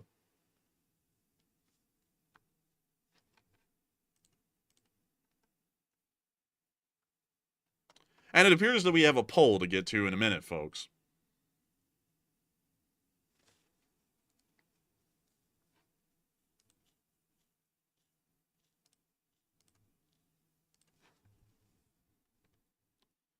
And with that, that's the end of the clip, but it does appear to have been a successful strike overall. Nevertheless, we were able to see that the Russian Federation's advance in Pokrovsk was stopped. And Matthew, what are people thinking about that? And what are you thinking about that as well?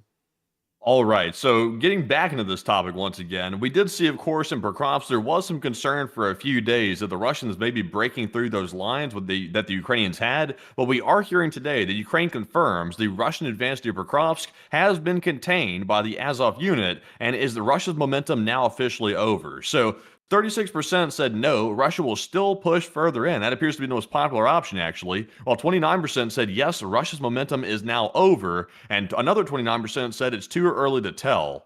And I would say, generally speaking, Ukraine has sent some of its best reserve units to that area, and we're being told by many different sources that apparently it has been contained, and it looks like the Russians are going to be frozen where they are currently. So, to me, it looks like the Russian momentum probably is over for now, but if that's going to stay that way, that is a little bit questionable. So, I'm going to say it's a little bit too early to tell. I'm with the 28%, but there was a lot of doom and gloom talk the other day about how apparently the Ukrainians couldn't even stop this if they wanted to, which, you know, it was concerning, but I wouldn't have gone that far. I think that was going a little bit too far in saying the Ukrainians couldn't hold them back, because clearly they're doing a good job now. So I'm with the 28%. But Enforcer, what say you? I would have to say that I'm generally with the 28% as well. I think that the momentum of the offensive is largely halted, and from what we can generally tell at the moment, it doesn't appear that there will be any larger advances by the Russian armed forces within this area, because we do have to remember that the original attacking force, from what we've been able to collect, was entirely dismounted infantry infantry advancing on foot, meaning that they had no armored support of any kind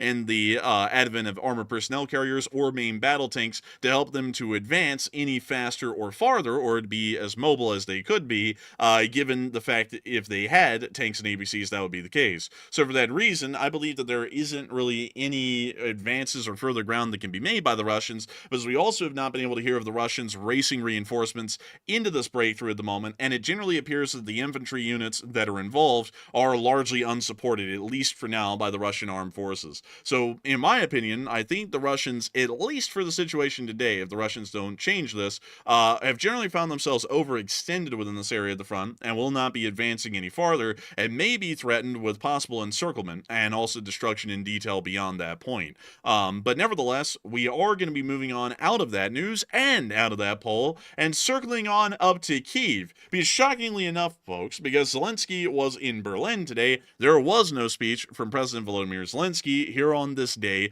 of the war. So there is no speech. There's no speech. And of course, that means that we're going to be moving on into the second part of the stream where we get to talk to each and every one of y'all. And it is an incredibly fun segment. A segment where we get to talk about literally anything and everything except for religion, politics, or climate change, or A-10s being relevant in combat. That's also a fourth one that technically is added, but it's unofficial. But nevertheless, we will be getting on into that second question segment. And Matthew, I understand that we have a load of questions that have been asked tonight. So, what do we got?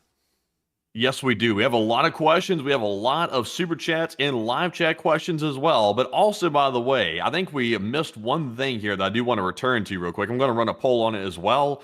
There was a news story that came out today that apparently, even though all the Russian oil sites are unprotected and they're largely vulnerable to Ukrainian drone attacks, we've learned today that Putin has placed at least 12 air defense systems near his house alone. And that's, you heard that right. He put 12 air defense systems around his house just to keep his house safe, and he's leaving everything else in Russia wide open for attack, but not his precious house. So, unfortunately, we have that post to show people. It should be on our Twitter page to show people the story about that. Let me see if I can find that really quickly, because I didn't include that in the news bulletin tonight because we had a lot to get through, but let me see if I can go find that really quickly. So we might have to filibuster on stream here for a second. So let's see here. I'm going to go and find it real quick myself. I'm going to put it under the likes tab real quick. Let's see here. It's a crazy story. We got to show this one to y'all too, because it's really wild to see it in the wide open like that. I found it. I'm Here we are. Actually, I got it right here. I just liked it. There it is, right there. So, apparently, there are 12 air defense towers around Putin's private residence in the area of Valdai, and this is about a fifth of the amount that are around the Moscow air defense perimeter, although the Russians also state that there is not enough air defense available to spare in the country to be able to protect the major Russian oil refineries, which are incredibly important for the maintenance and upkeep of the Russian Federation's war industry and economy. So, quite a wild thing, honestly. What exactly, I was trying to figure out earlier. I didn't have the chance to take a look at it, but what does Putin's residence in this area even look like that he's defending it with 12 air defense systems? This better be a damn nice house to allocate that kind of resources to it. I wouldn't know, to be entirely honest with you, because I kind of skipped over the story, because while it was outlandish and crazy to think that there were 12 air defense, 11 air defense towers, including S-400 in the area, it wasn't something that was incredibly big, and also this isn't shocking because we've seen similar around the Sochi air defense perimeter, and also other residences of Putin's, including that in Moscow, which is generally the only reason why we would assume that the Moscow air defense perimeter is heavily fortified, so I didn't really look into the story all too much. So punch in on Google Putin Valdai house and pull up a picture of this thing, because I just pulled it up right now. This thing is crazy. This might be one of Putin's craziest residences that he has, and this is one of several. It's honestly, actually, it's pretty decent for what Russia has when it comes to their mansions. You got to pull up a picture. This is wild. Which one? Because I pulled up Valdai house, and there's about 9 different houses that are being shown. Well, click on the images. I can probably point to it. I think that's it right there. This one right here, Putin's palace. That is the one in Valdai, according to what I'm seeing right now on my posts. Let's go pull up that lake, because that looks like it might actually be somewhere else, maybe, like near to a coast. So let's check that really quickly, and let's see. So there's a monastery here, which is seen in this picture, but that does not look like this because these are sweeping cliffs near to a large ocean, not a lake. And this isn't an incredibly large lake. I mean, at the widest, it has about 0.8 miles of unimpeded water from, I guess you could say, shore to shore, and that is more like Oh, miles out there. I got the coordinates for you of the exact house right here. Let's see. I just put it in the live chat, so let's take a look. It looks like we found the alleged exact one. And so let's take a look. Let's see here. Let me take that. Oh, hold up. Sorry, folks. The chat moved. Let me see really quickly if I can get that. And copy and paste. And it's actually right here. That is that, or are we sure that's his house? Because that might be a prison, because that kind of has a layout like a prison yard right there. So I got a second set of coordinates for you. Let's see if this is the house. I think that might be maybe the beginning of the residence, maybe. But here's another coordinates. Let's see if this is it as well. It's hard to tell which one it really is. Wait. This has to be it, because this actually says right here, Valdai Residencia, which would be the Valdai residence. And let's see what it says on the reviews. Be careful of drinking tea or standing near the 5th floor. Windows are crazy. Dwarf goblin will get you. I looked up this place. We found it. This is definitely So this is it. But which one is the house? Because I like looked north and I saw the helipads. I was like, wait a minute, this might actually be it.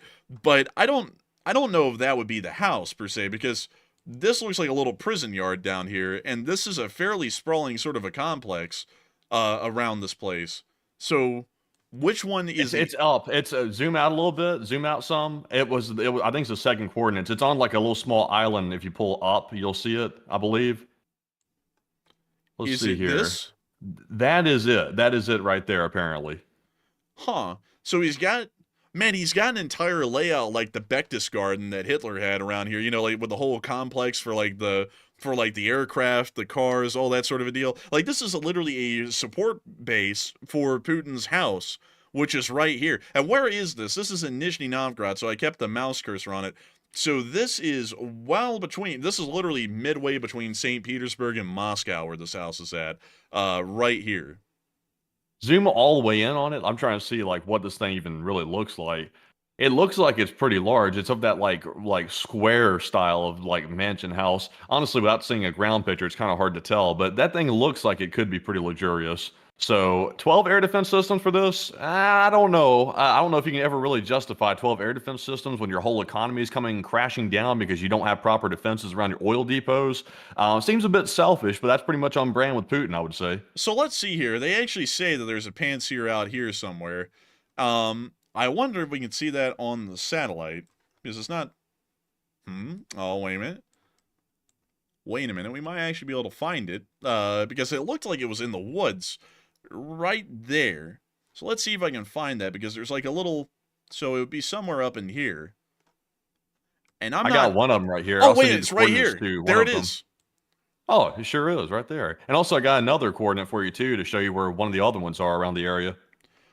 Actually, I think we might be able to play a little bit of a game with this and trying to find them, because it doesn't look like they're that hard to find. They clear out a large area around them, so we can just go north up here, look for a clearing with a tower at it, and that probably will be it.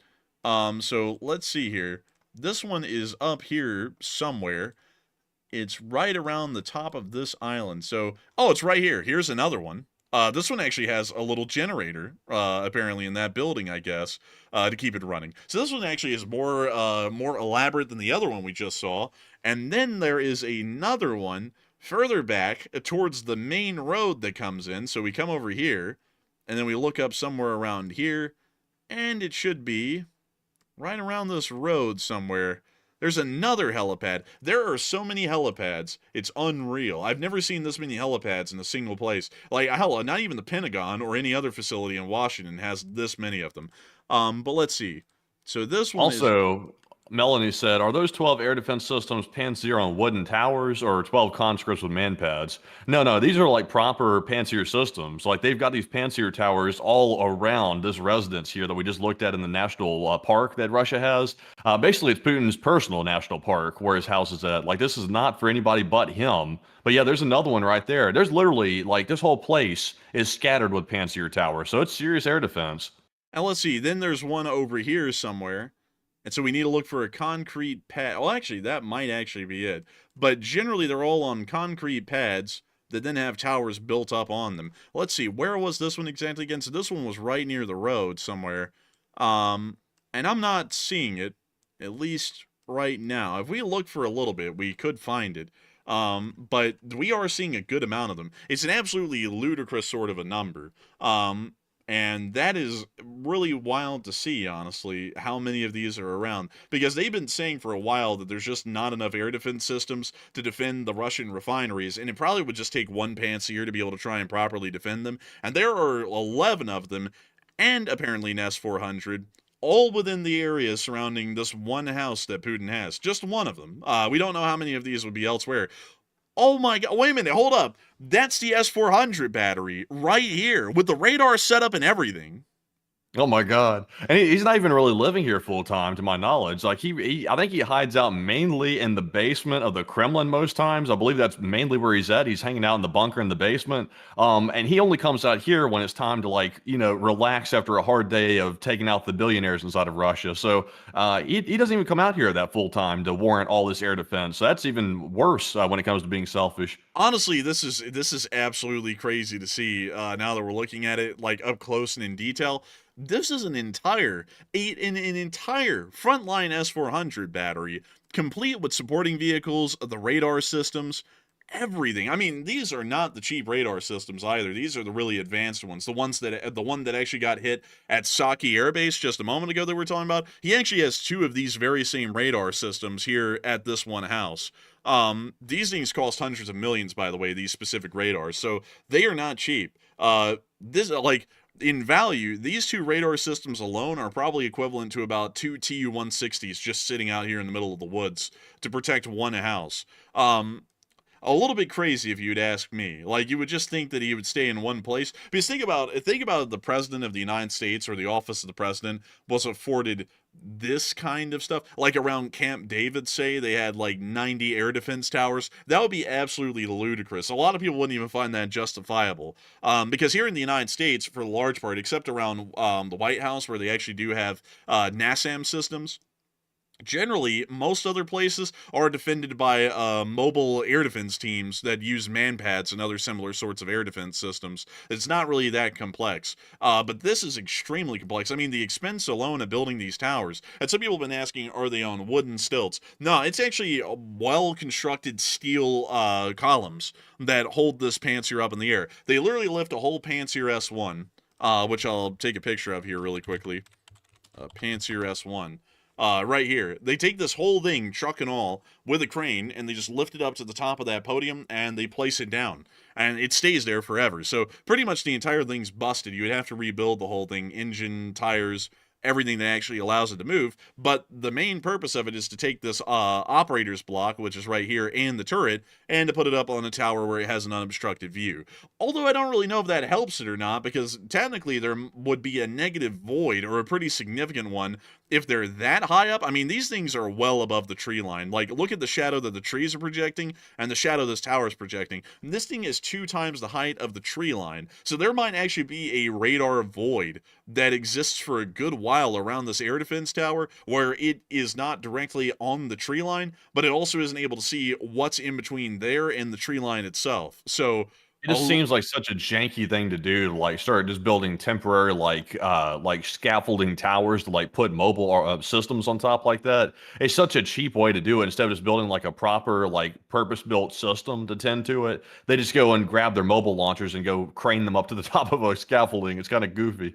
Yeah, I'm not going to lie, this place doesn't really look that nice either. This is right next to where Putin's at, because Putin's house is right here. This was right up here. That absolutely looks like garbage. How about getting a little bit closer? Oh, this actually looks like the closest we can get. So let's see what this looks like. Oh, wow. Yeesh. Taking Shawty to the swamp, like literally. Damn. Like, what the hell is that over there? What, that building? But you ask with great impunity. This is where I keep my mine sifter. Like, man, I don't know. I mean, it looks diabolical, honestly. It looks terrible, honestly. I'll say this river or lake or whatever it's on right here is kind of nasty for Putin to really have a mansion there. So I don't know. Like I guess maybe he feels most comfortable in the swamp. But also another thing people are mentioning is Putin doesn't really care about money. He really doesn't because he just literally takes the money out of the Russian government. He just takes it out and uses it for whatever he wants to. So he doesn't need any permission. Nobody's gonna tell Putin he can't take money out. He's just gonna take it, use it, and spend it. It's his own piggy bank basically. If he's feeling generous, he might share some with the people if he's feeling generous, but that's certainly not a guarantee. I'll be honest with you, man. Isn't this like the house in like Ukrainian folklore that Baba Yaga lives in? That's also where Putin goes on Sundays, probably to hang out in there. No, man, he just sits up there in that house, and when some kid and a dad goes by, like fishing on the lake, they're like, "Look, what the hell is that?" And then he's just up there, shirtless, and he goes, "Ah!" And they're like, "Swim away!" Like they're like, "Get the hell out of here!" Man, he just likes to sit up there and scare people from time to time. But this place is what does the surrounding road near this place look like? Like right here. Oh, this is like rough. This is like backwoods Alabama. This is like for example like those people that have like houses on like Lake Martin in the backwoods of Alabama.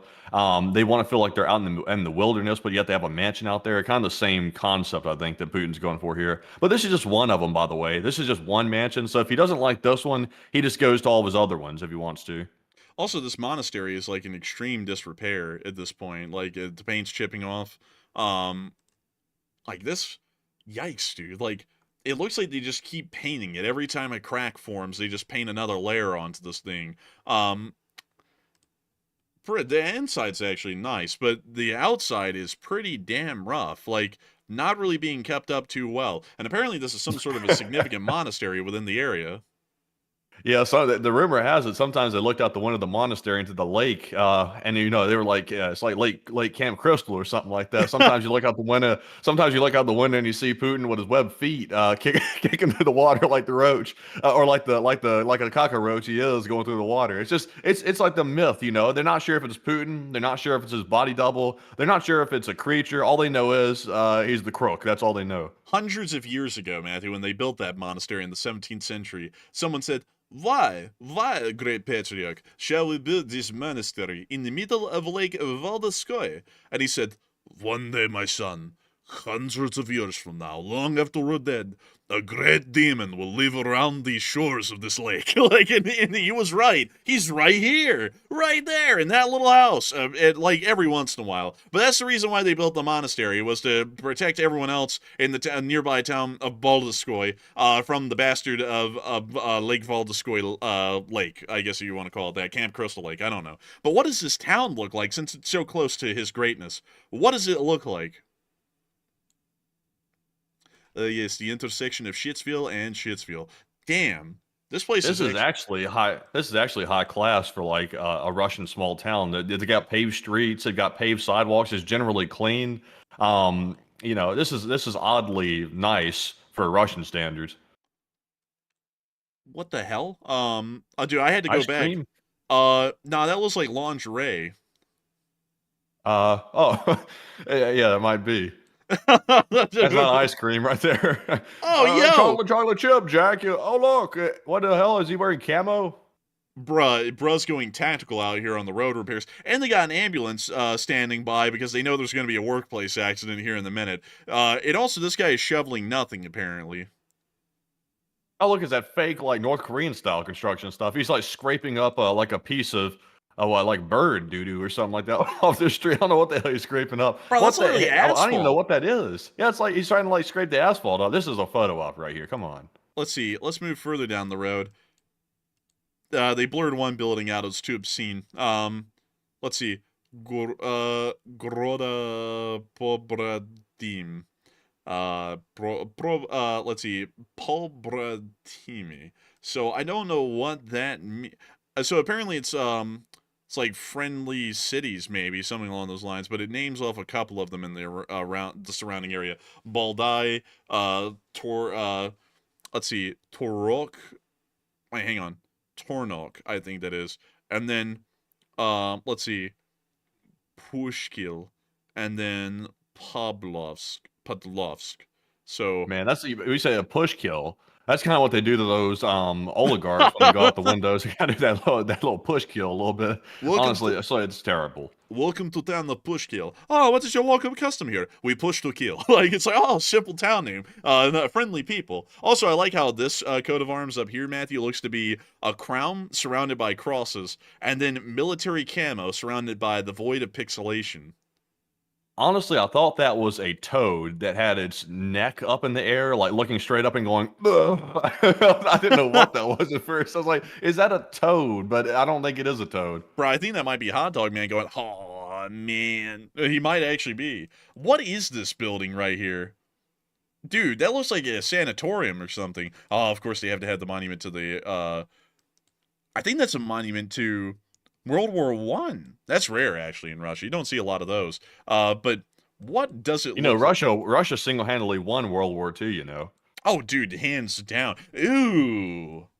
Oh, Ooh. yeah. Honestly, this is still upper scale for Russian standards. Like the road's kind of decent. The Yes, boarded the up shacks are a windows. little bit. The shacks are well, no, that's not anything bad. It's a feature. That's security. But go down the street a little bit more. Let's take a look here at the next house. Whoa.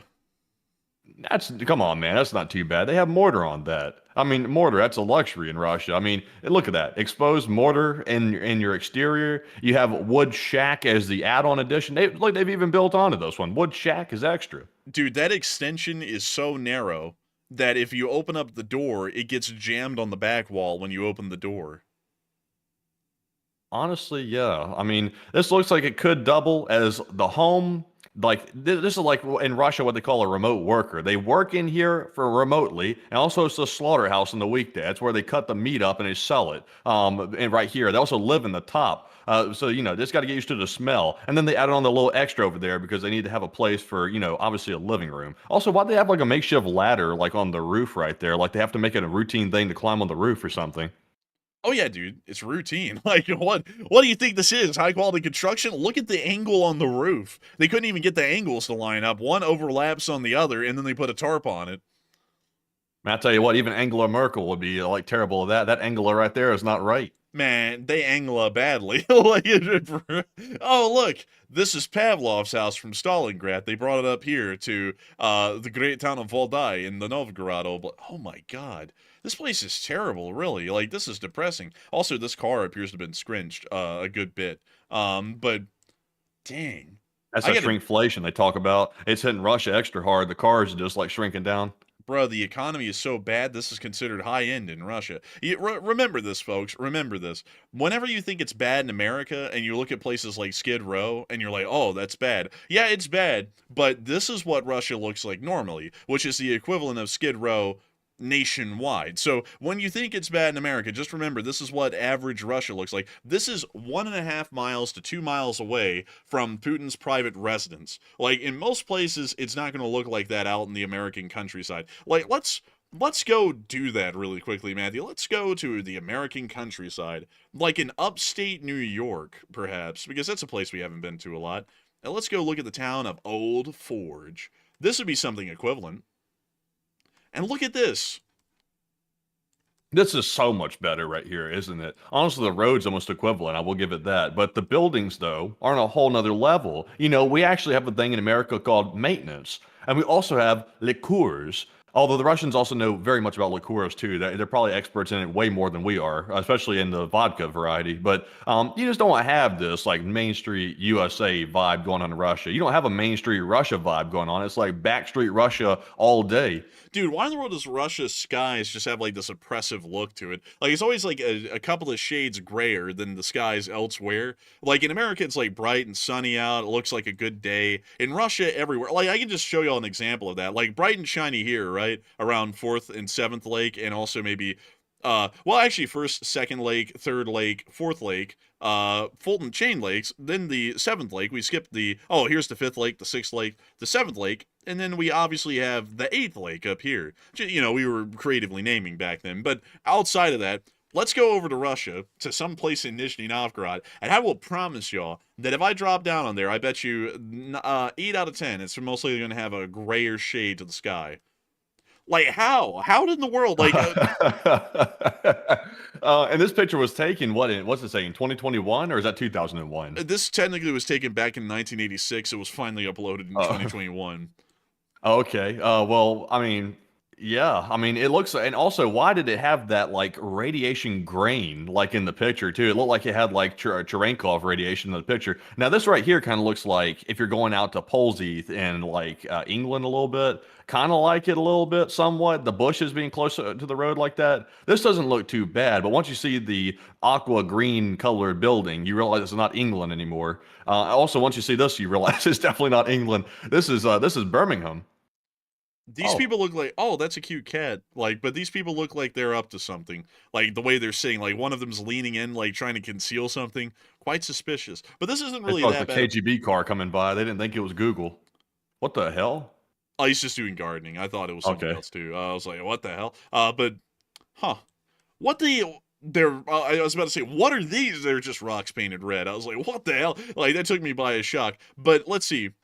Let's drop down in one more place just to prove the point, folks. You know what? I'll pick a totally different region. Totally different region. We'll go to. You know what's weird? This is the Nizhny Novgorod Oblast, and then the city of Nizhny Novgorod is over here. No relation at all. And technically, Nizhny Novgorod, the city, isn't even in the former region of Nizhny Novgorod, if I'm not mistaken. So it makes no sense. But anyways, let's go to this oblast. I don't even know what it's called, but let's drop down.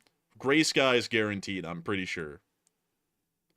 Just a couple of shades grayer. Sun shining and everything, somehow grayer. I don't know how it works. And then let me go back to America. And let's drop down in California. Let's go with California. Just to make sure that we get something different here. Is the sky bright? Actually, It's about the same. this is about a shade grayer than normal. Like, this is actually getting close to Russia. But it still looks more awe-inspiring, just like looking at this like vast, like empty landscape. It still looks, for some reason, better than Russia. It feels like something's greener, nicer, or something. It's like even Compton would look nicer. Man, honestly, like, dude, like the folks in Compton don't even know how good they have it. This is actually a shade grayer than normal. Well, let me go back over to the East Coast because for some reason on the East Coast everything turns out wildly blue for the most part whenever you look at it in Street View. So let's go here. Oh, this is actually kind of gray as well. Huh. Maybe it's This is getting just kind of rough. Where's this at? this is in Kingsley, Pennsylvania. Aha, Pennsylvania. I'm not liking the looks of this right here. This is looking sort of Appalachian. I wonder what Scranton looks like. I'm from Scranton, so let's see what it looks like. Charlotte Chip. Oh, look, they got a church in the middle, Jack. Look, go in and ring the bell and stuff. You know, Hunchback is in there. Ring the bell. Ring the bell, ding the dong. They got Tiger. Frank's News. You want tobacco, magazines, confections? That doesn't sound like news. That sounds like debauchery. What is in here, actually? Let's see. Frank's? What does that look like inside of the thing? Like, I'm actually interested in that. That's like a neat little store. Dang it, man, we lost it. Hold up, where's the church? I want to find that thing because that actually looked kind of interesting.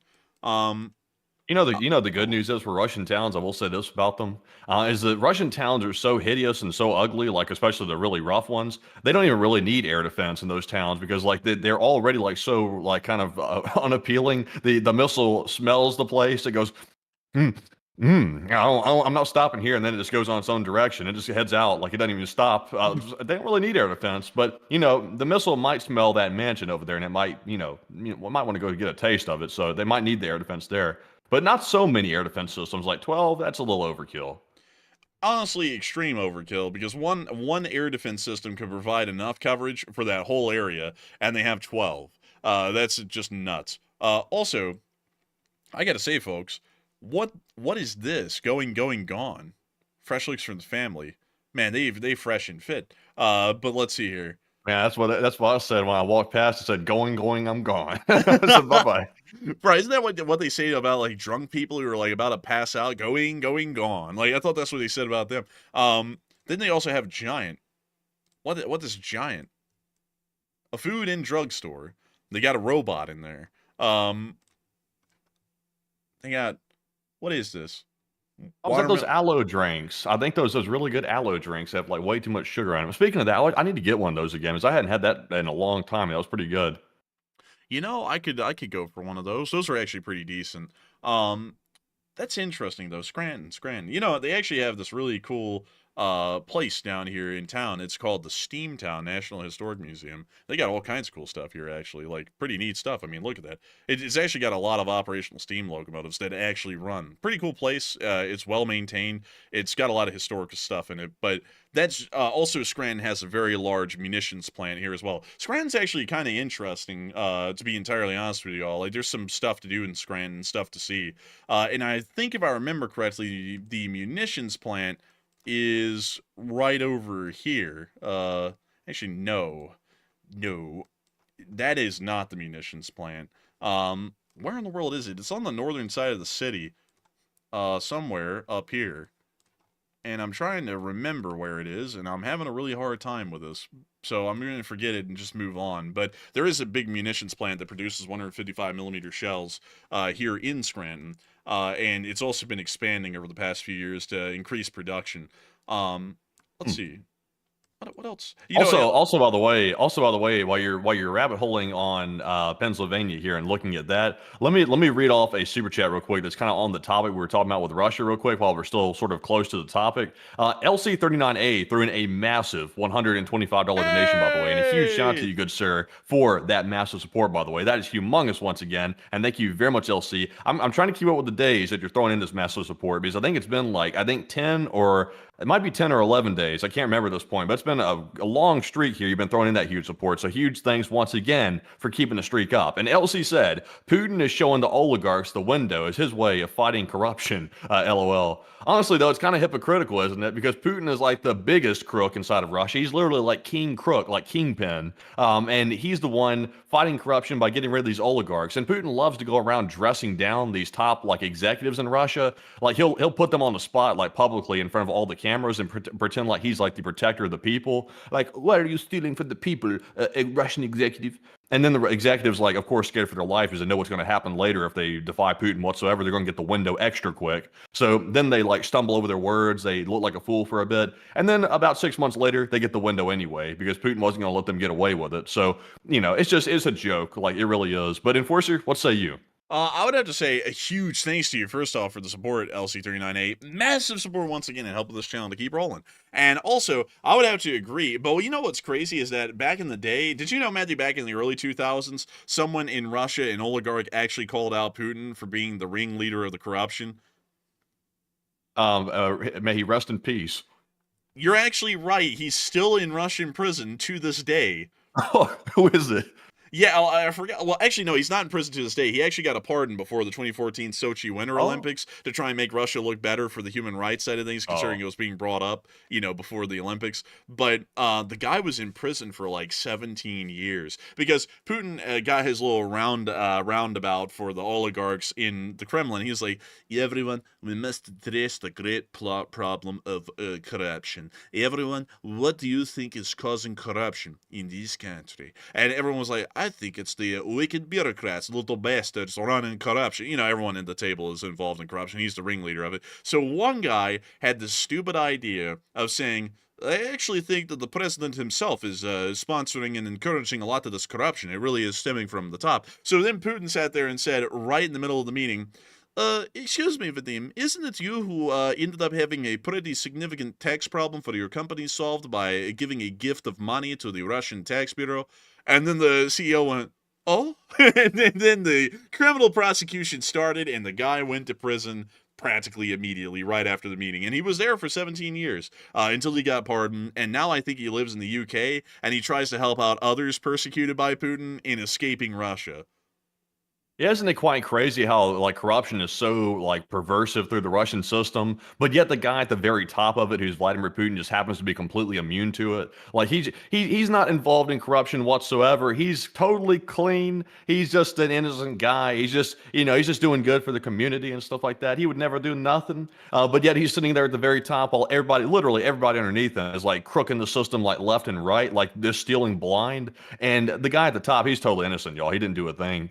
Absolutely, man. I mean, Putin's the great protector of the Russian people. There's no way that he can ever be involved in any kind of levels of corruption whatsoever. I mean, the 200 billion fortune he got, I mean, he was just a great KGB agent. They gave him a lot of money before the Soviet Union collapsed. I mean, come on, y'all, be real. Be real about this. But I would Also, by the way, I was going to mention this as well. Did you hear the U.S. president actually admit that he knows about the Russian window incidents yesterday? He actually said during the press conference, I forgot to bring this up in the video yesterday, he had said when asked about Putin and these oligarchs and stuff like that, he said, well, knowing Vladimir, he'll probably, they probably won't be around too much longer. He's talking about like the general that failed, like the Russian advance or whatever. He apparently failed on the front lines, and obviously there's like tons of failures. So I'm not even sure which one he was talking about. It's like one of thousands of failures the Russians have had. And he said Vladimir's probably not going to tolerate that for much longer. It's like, well, damn, that means the U.S. president knows about the tactics that Putin's using of throwing people out of windows in Russia. He even knows about it. He knows how dangerous Vladimir Putin is and how he literally does this to everybody underneath his command.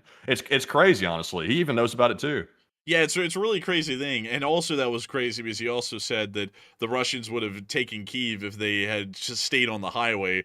But that was kind of the problem, is that they stayed on the highway, which made them a sitting duck. Like anyone who knew the opening days of the war would know that was fine. Also, I could tell y'all that commander in particular that was involved and responsible of the Russian offensive on Kyiv was removed from his position as the commander of Russian forces in the Ukraine offensive.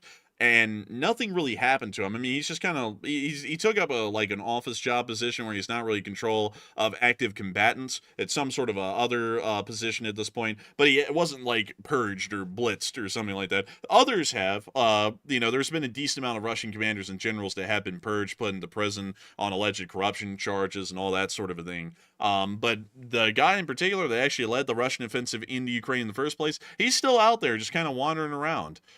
Because Putin kind of does his generals a lot like Hitler did. Putin isn't necessarily a Stalin when it comes to most of his generals. Most of the generals will live. He just dismisses them, or if they do something that he really doesn't like, they'll get put in prison. Very few of them ever get killed, if ever at all. And that generally is how Hitler did most of his generals in the war. The only one that we know of, or the few that we know of that actually were executed, were the ones that were involved in, I believe it was the June 1943 bombing at the Wolf Slayer. I think those are the only ones that were executed. Actually, it would have been in 1944 because Erwin Rommel ended up being one of the people who ended up taking himself out because the Germans gave him an ultimatum, and so he took himself out. But beyond that, most of them were just dismissed or removed, like von Rundstedt. He was just removed whenever Hitler was unhappy with him. He'd just throw him out of his position and out of the military, and then later Hitler would be like, please come back, because everything would be going really badly, and Rundstedt was understood to be a pretty good commander. And actually, funnily enough, folks, I think, if I'm not mistaken, Rundstedt was the only one who was, as far as the German generals went, that got out of the war. He was the only one who actually was, I think, acquitted of most, if not all, of his charges, because he actually objected on record to a lot of the atrocities of the German army was committing, like the execution of Soviet prisoners of war and such things. So he actually was, in a sense, inadvertently building a case for himself in his defense throughout most of the war. So they just ended up acquitting him on most charges. Also, he was in bad health, and he ended up dying, I think, in 1954, 9 years after the war was over. But generally, he got acquitted also because there wasn't really a lot to go after him for. He was more so an old-fashioned Prussian aristocrat, and generally looked down on the Nazi party and just kind of indifferently served the German government, but not as a fanatic of the Nazi party. A pretty interesting general, all things considered. Let me actually show him to you. He's well, the Russians have nobody to blame but themselves. Like I could literally right this second, I could pull up hundreds of pictures of the Russians going straight down the highway to Kyiv. Like literally, tanks rolling straight down the highway in massive convoys straight to the Ukrainian capital. It's like they didn't go through farm fields. Like the whole story that Putin's trying to tell the U.S. president about, oh, they went through farm fields and they got caught in the mud and stuff like that. Some tank treads popped off. They had a little mechanical issue. That's the only reason we didn't take Kyiv. This like bullcrap story they keeps putting out there. I'm like, it's so easily disprovable. Like you could literally just pull up like a slide deck of like pictures and say, he's clearly lying. Look at all these pictures right here. I don't know why somebody doesn't just like show the pictures and say, see, Putin's lying. Like, it's right here in front of your face. Yeah, like it's absolutely crazy, man, because like saying that they went off the roads, like the thing is that the Rasputitsa was in effect during, well, technically the Rasputitsa wasn't even in effect. It came into effect about a month later when the Russians would withdraw from the area around April 1st. That was when the Rasputitsa started to really come into full form, because that's seasonally when it comes in. But in February, the ground was still cold enough that it was solid, and they did move off the road at some times, like to hide the vehicles from being stricken while on the highway. But beyond that, it was a complete failure in every way. Also, the fact that they had a 40-mile-long convoy that literally sat on the road while the front of the convoy was getting ground down piecemeal as it rolled through Hostomel, Bucha, and Irpin. It wasn't really a great move. And then also the Ukrainians blew up the dam, from what we know. Let's see. Let me see where it is. I think it is this particular dam. It was one of these around the area of the Sea of Kiev that flooded the entire area. And that helped out the Russians a good bit, because then a decent amount of units got swept away or completely disoriented because they were in a floodplain at that point. But also, really quickly, here's a picture. Man, you're going to look at this guy and be like, man, this is like the atypical German general. That's Gerd von Rundstedt. Interesting. He also was the guy who would insult Hitler. He called him the Bohemian corporal, and put him down because the highest rank he ever achieved in the army was a corporal in World War One. And so it actually ended up becoming a bit of a meme, at least in the German army. A lot of people ended up calling Hitler in the German army before the end of the war the Bohemian corporal. So also, I got to give credit to Praetor 411. He also brought up that same point in the chat. But this guy actually was the only, I think, German general in the whole war that was acquitted of all charges at Nuremberg. That's kind of crazy. Yeah, but also, getting back to the whole like Russian BS story about the tanks getting stuck and stuff like that. What would make me happy is if someone just asked like basic common sense questions to Putin. Like, for example, when he tries to put forth this bullcrap narrative that the Russian tanks just got stuck and they were so close to taking Kyiv, but if only the mud hadn't gotten in the way, they would have taken Kyiv. Then why didn't they just simply ask a question like this? Like, then how come you didn't just get the tanks unstuck? Like, why didn't you just pull them out of the mud and keep going? Like, what the mud like permanently like bog your tank down? You can't get a tank out of the mud. What kind of superpower are you? You can't even pull your tank out and recover it. And also, what kind of superpower gets all their tanks stuck in the mud simultaneously like that? Like, nobody's asking these simple questions like this that would obviously like blow the whole story to smithereens. And it's just accepted at face value, which is so it hurts my soul. It really does. You know, you would think that someone would just ask, like, even more so the question rather than getting them unstuck.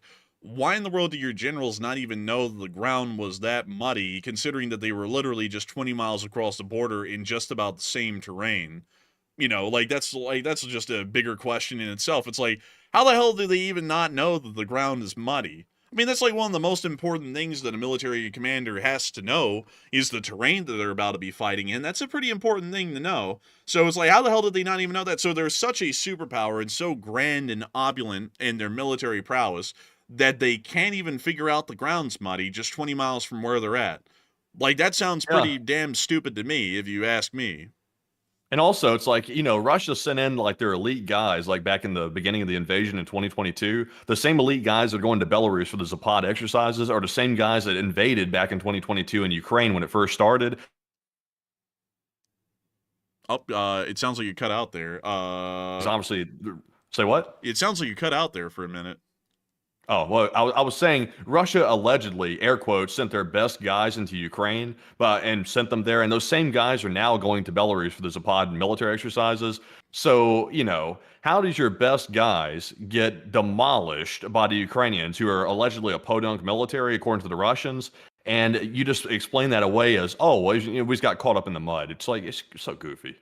Yeah, it's so goofy. And also, man, like, so many people started to post pictures. They were like, quote unquote, got stuck in the mud. Meanwhile, Bucha and Irpin, and it showed the highway of destroyed APCs and tanks literally piled on top of each other. That happened in the streets of Bucha and Irpin. It's like, did they really get stuck in the mud? No, they got stuck in Bucha, Hostomel, and Irpin for a large part. The front of the convoy would literally drive into the town, literally just in a straight line down the highway. They would get wiped out. The next part of the convoy would drive in, see the burned wreckage, get ambushed in the same spot, usually end up piling on top of each other. Let me go get a picture. Let's see, Bucha Highway. Let me put that in, and I'm sure the pictures will show up. Here we go. Here are some of the famous pictures from the beginning of the war of the streets of Bucha, right here. That doesn't look like the mud to me. That looks like the main road through Bucha. That's right. Putin was talking figuratively about the mud. He meant like, you know how sometimes you get in like a rut sometimes in life, like you just get stuck in the mud a little bit. You got to pull yourself out of the mud type deal. Like you're not actually stuck in the mud. It's just that you suck so bad you got stuck in the mud and you couldn't get out of it. Yeah, I mean, look at this. Like that's It's a scrapyard. Literally, for the entire length, an entire column got ambushed in this one street, and it was so bad, and it was so rapid, the ambush, that you can actually see that one BTR actually ended up running into a BMP, it seems, and literally climbed up on top of it, because that's how quick it happened. It was so confusing and disorienting to the troops that they weren't even able to react and ended up running over each other with their own APCs. It's like, that's not getting stuck in the mud. That's generally called the Russians being unprepared, because they entered the country believing that it would collapse nearly without any resistance, and so when they met resistance, it was a complete shock.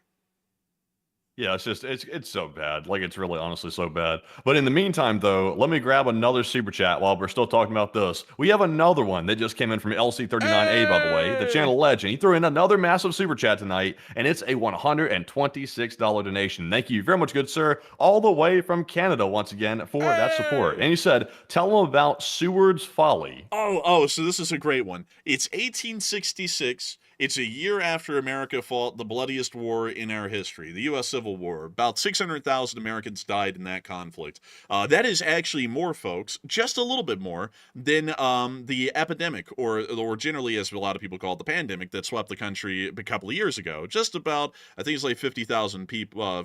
Actually, I think it's less, if I remember correctly. I think 750,000 people died in the pandemic. It was quite a significant number. But in the Civil War, about 600,000 died, both sides combined, Confederate and the United States. But considering that it was a civil war and it was two separate parts of the United States, they combined the fatalities together into one count for both the Confederacy and the Union. But beyond that, 1 year after the bloodiest war in the country, some guy called Seward, I believe he was in the Congress, said, hey, it'd be a great idea. America's got this manifest destiny thing going on where we are supposed to keep settling westwards, because we don't do it, someone else will. And so the Russians are kind of poor and broke and are kind of lame. So let's just offer to buy Alaska from them, because at the time, the entirety of the modern state of Alaska, its entire modern borders, were actually controlled by the Russian Empire. But the Russian Empire didn't have any real plans to develop this area whatsoever, and generally considered it to be absolutely a waste. So Seward proposed, let's buy it from them. So we bought it from them, I believe at a cost of about 2 cents an acre,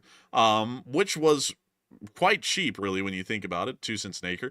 But it was considered to be absolutely stupid, because right after we got done buying Alaska, everyone was like, okay, we bought this useless land that has nothing in it. And everyone went, look at Seward. This idiot bought useless land from the Russians. It's the Arctic, you idiot. You can't do anything there. So then a couple of decades later, oil was discovered in Alaska, and I was like, oh, damn. And then also gold was discovered in Alaska about 10 or 15 years after we bought it. Actually, it would be... Let's see, it's not the Yukon. What is the gold territory in Alaska, Matthew? It's not the Yukon. It's the Klondike, I believe. No, the Yukon is a gold area too, I believe. Well, yeah, but the Alaskan part. Like, we're not talking about Canada. We're talking about Alaska. I think it's the Klondike, technically. I think you might be right. My only knowledge of gold mining comes from Gold Rush, like that Discovery Channel show, so I think it might be the Klondike. Is that where Parker's at? I think so, actually. Yeah, and it is the Klondike. Everyone's saying... No guts, no glory? No guts, no glory.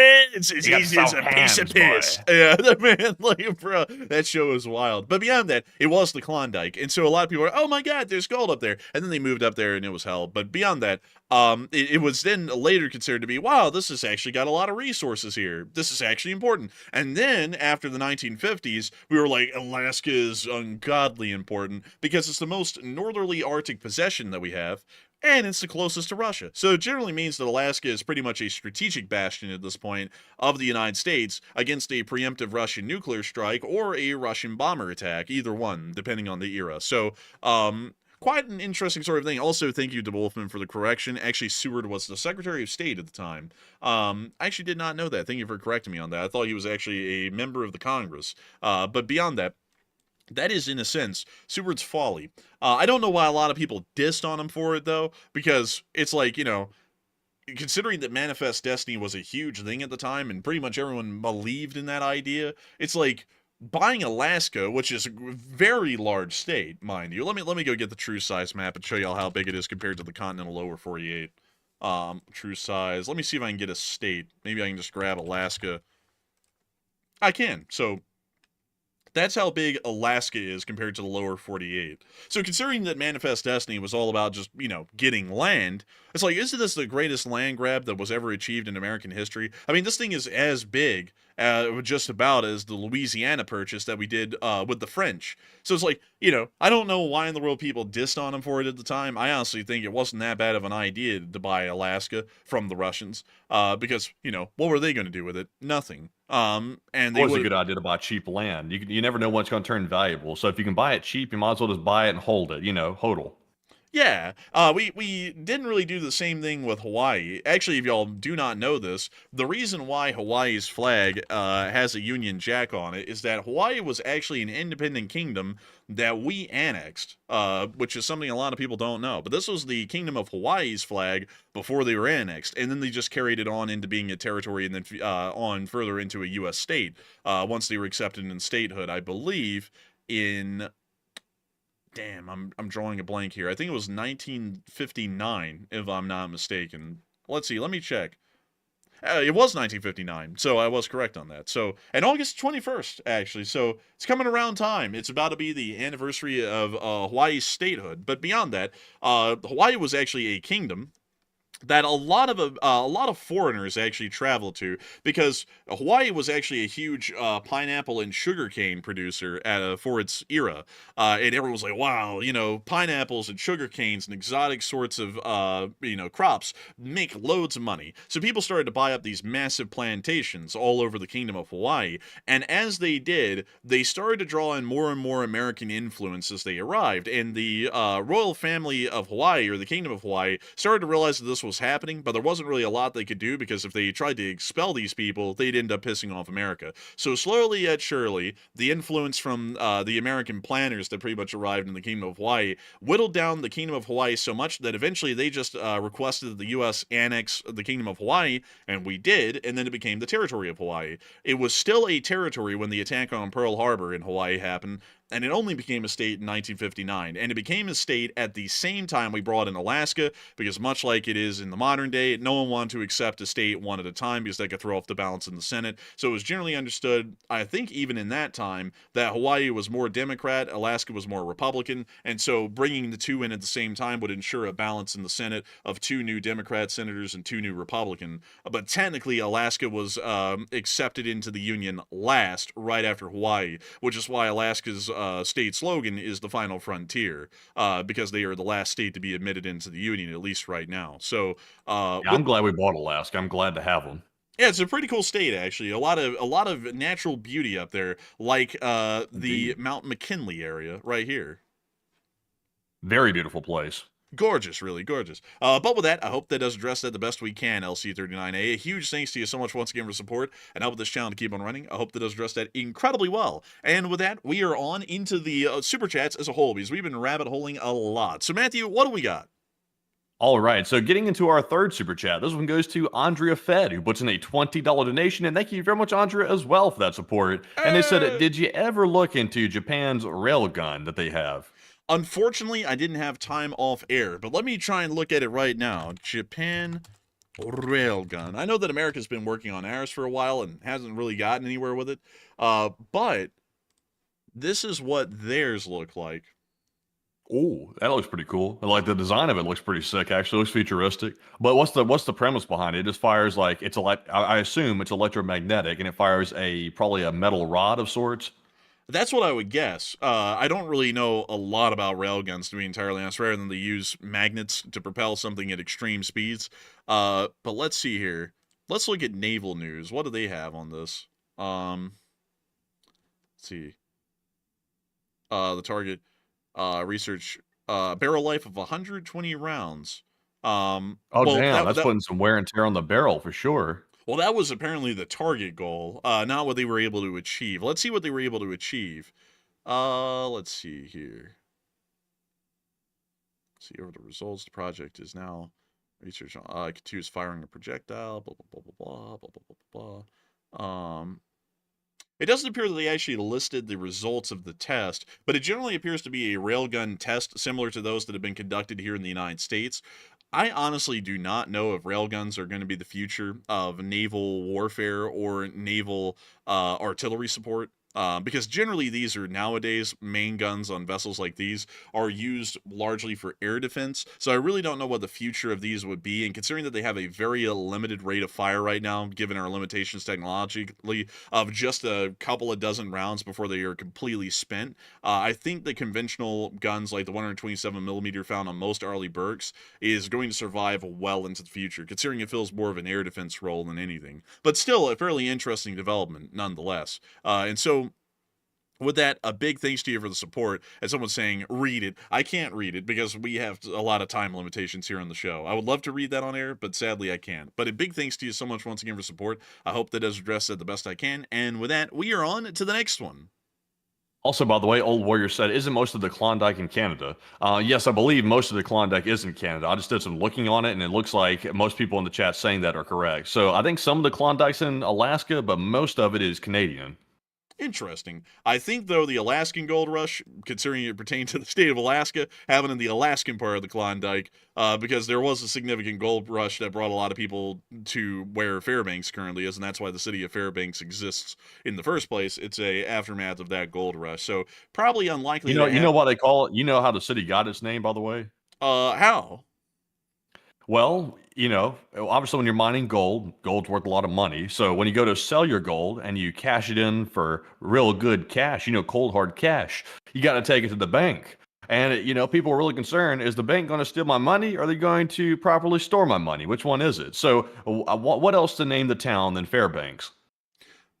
Man, that's actually pretty smart right there. Maybe that is actually, why is it called that? Why? If that's true, I should get the lottery ticket today. Why is Fairbanks called Fairbanks? Oh, it's named in honor of Charles it's a guy. Fairbanks. Come on. Damn, that's not as cool. Man, I actually thought that might actually be the reason why. No, it's named after a guy whose last name was Fairbanks. Yeah, I would have never thought that. I honestly thought it would be about the river nearby, like the river was pretty steady, so it had Fairbanks, or would it be Fairbanks as in the banks, but not a guy. I never thought someone would have the last name Fairbanks. Dude, whoever created that last name well before that guy was ever alive was trying to market their bank so hard. Like, I'm Fairbanks, I run a fair bank. It's like, bruh. Anyways, with that, we are on to the next one.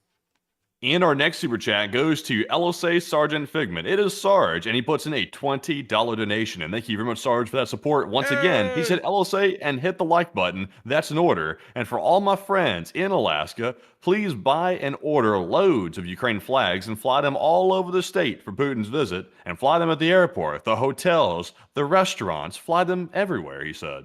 That's not a bad idea, let's say, Sergeant. I think a lot of people should do that to show the president of the Russian Federation a warm and very hearty welcome. I think that would be a very American thing to do. And I got to thank you massively for the support, LSA Sergeant Figment, in helping this channel to keep on running. And please, folks, hit the like button. We have reached 3,500 likes so far, which is an absolutely impressive number. And hopefully we'll be able to get on up to 4,000. And so with that, a big thanks to you so much once again for the support and helping this channel to keep on running. And with that, we are on to the next one. All right, and this one goes to Old Warrior, who's also another channel legend just like Sarge, and he puts in a $20 donation. And thank you very much, Old Warrior, as well for that support. He said, as for the summit in Alaska, there are already tons of coup rumors in Moscow already, and will Vladimiron actually dare to leave the country? Memories of Khrushchev. I think he will, but I don't think he'll be long enough, gone long enough for a coup to be conducted, because he'll most likely fly into Alaska and then fly right out a couple hours later, so his absence from Moscow will most likely only be about a day or two at the longest, most likely about 2.5 days at the longest. So I don't think a coup will happen in that time, but, we might see anything can happen at that point. But a massive thanks to you so much once again for the support. I hope that does address that the best I can, at least in my opinion. And with that, we are on to the next one. And our next one goes to Uncle David Other Nephews, another channel legend. He throws in a 20 as well. And thank you very much, good sir, Uncle David Other Nephew, for being an uncle, nephew, and David all at the same time. He said, take one from the chat, and there are some good ones. Hey, and thank you so much for the support, Uncle David, other nephew. And we will make sure to take one from the chat. So what do we got, Matthew? And this one right here is going to go to Elaine Deshane, who said, why doesn't NATO start doing drills into northern Finland right now since Russia's doing these exercises? NATO doesn't really seem to have a veracity for conducting military exercises in response to the Russians, at least in the modern day, although historically we would. And I would have to say that that's once again due to a lack of proactive or even wiser leadership, at least as far as national defense goes. Not only in the United States, not speaking about America, that's speaking as a whole across the entirety of NATO. So with that, I hope that does address it the best I can. A huge thanks to you once again for support and helping this channel to keep on running and sponsoring that live chat question, Uncle David, other nephew. And with that, we are on to the next one. And we got a 20 from Howard Mendelson, yet another channel legend, and Howard throws in a $20 support. And thank you very much, Howard, as well. He said, my office is in the basement. Hey, and ours used to be in a basement. Now we're on the first floor. Upgrades, people, upgrades. We technically don't have a basement, so this is still like kind of the basement. But beyond that, I do thank you massively for support. I like to hear that you are a fellow basement dweller. And so a massive thanks once again for support, and we are on to the next one. And our next one goes to KG. And KG puts in a $20 donation. And thank you very much, good sir, as well, for that support once again. He said, predictions here. I have two predictions. Number one, Putin probably won't show up to the Alaska meeting. And number two, the Zapad 2025 exercise will shift south and open a new front in Ukraine. Honestly, KG, I obviously didn't know that was a possibility for Zapad to like shift into Ukraine, but that is a good point right there. Not just attacking NATO is a threat, but also it is a threat that Belarus, which Ukraine has alluded to for a very long time, could get dragged into the war in Ukraine in some desperate move by the Russians. That's possible too. That's a reality. But I think Putin will show up to the meeting, though. I think he is going to show up, or at least send a body double, at least. But Enforcer, what say you? I would have to say that I think he's going to show up. Backing out right now, considering that today is none other than Wednesday, that'd be wild to see, actually. So I don't think he'll be backing out. But one thing I will say is that that's actually not too far-fetched. But let's see, let's measure. How far is it from here to there? 117 miles. It might be really hard to shift them that kind of distance in that kind of time, because military movements by road take a while, and that means that you have to move them by rail, and then you have to unload them, and then you have to organize them, and then you have to get all the commanders on the same page, and then that takes some time. So it's possible, but it would be a little bit difficult to pull off, even for the United States to do a rapid maneuver like that and then bounce right into an offensive. That would still be a little bit tough even for us. So a big thanks to you once again for support. I hope that does address that well, though. Interesting idea. And with that, we are on to the next one. And this one right here is going to go to Dean Adams. He puts in a $10 donation, and thank you very much, Dean, for that support. He said, if I was left in an island with only 10, let's see here. I'm not really sure what this one means, Dean. I'm a little bit confused about what this means right here. And Enforcer, are you seeing this one, or do you know what this means? 1 second. I have to get the spreadsheet up because I haven't had the spreadsheet up for a minute. So let me see really quickly if I can grab that. And it looks like, 1 second, folks, I got to go and try and grab it really quickly to be able to see if I can go see that myself personally and take a good little gander at it. Just a look, just a smidge. And it looks, let's see here. It looks like that email is gone. So I do not have oh, hang on, hold up. Wait a minute. Oh, here we are. And it's the 10 from Dean Adams? Yes. Let's see. That is a question that we will not be able to answer on air. So we are going to be moving on to the next one. And our next one goes to none other than Old Warrior once again. And he puts in a $10 donation. He said the U.S. 2nd Cavalry is operating in Poland near Königsberg. And what are your thoughts? I'd have to say that's great to hear. Let's see, the 2nd Cav. Let me go pull that up. That's the ones who are playing with the drones over there, by the way. They're getting a whole bunch of drones from a Croatian company, I believe, and they're testing out the Ukrainian methods of warfare, and they're obviously right over there in the region. So it's a good place to test it, but I think we're a little bit behind when it comes to the Cav operating the drones from what we saw on the dock. Let's see here. I'm trying to see if they say that they're in Poland currently. The 2nd Cav. So that's a striker regiment at this point, probably. And it looks like they are because they have a lot of pictures of them. But Yeah, it's a striker. It's strikers. I saw them riding them, the strikers, when they were testing the drones. let's see. I'm not really seeing a lot that's saying that they're in Poland. It looks like the last post they had said they were around Vilsek, Germany. And usually I don't like a regiment isn't that large though, and also striker cav regiments are really maneuverable, so they can move around a good bit. But I'm not seeing where it says that they're in Poland near to the Kaliningrad border or the Königsberg border, if we want to call it correctly. So yeah, I think they're in Vilsek. Let's see. Let me make So sure. it looks like Actually, hold it up. looks 2 like weeks ago they were in the. business. Go ahead. It looks like Business Insider, when they put out their documentary a short while ago, it was on August the 7th. It looks like they were in Vilsek at least for that documentary. But once again, it was probably a delayed release. It probably wasn't an immediate release because they typically don't do that, to my knowledge. So they could have moved on from southern Germany and moved on to Poland. There's no telling, really. I do see where 2 weeks ago they were mentioned to have flown a drone, and it looks like it was only a handful of drones at the Bemowo Piski training area in Poland. So let me see if I can pull that up really quickly. Bemowo Piski, Poland. So that is actually around the area of the city of Elk, around right here. So this appears to be a Polish military base that they arrived to conduct this training exercise at, and you can also see a larger training field out here as well.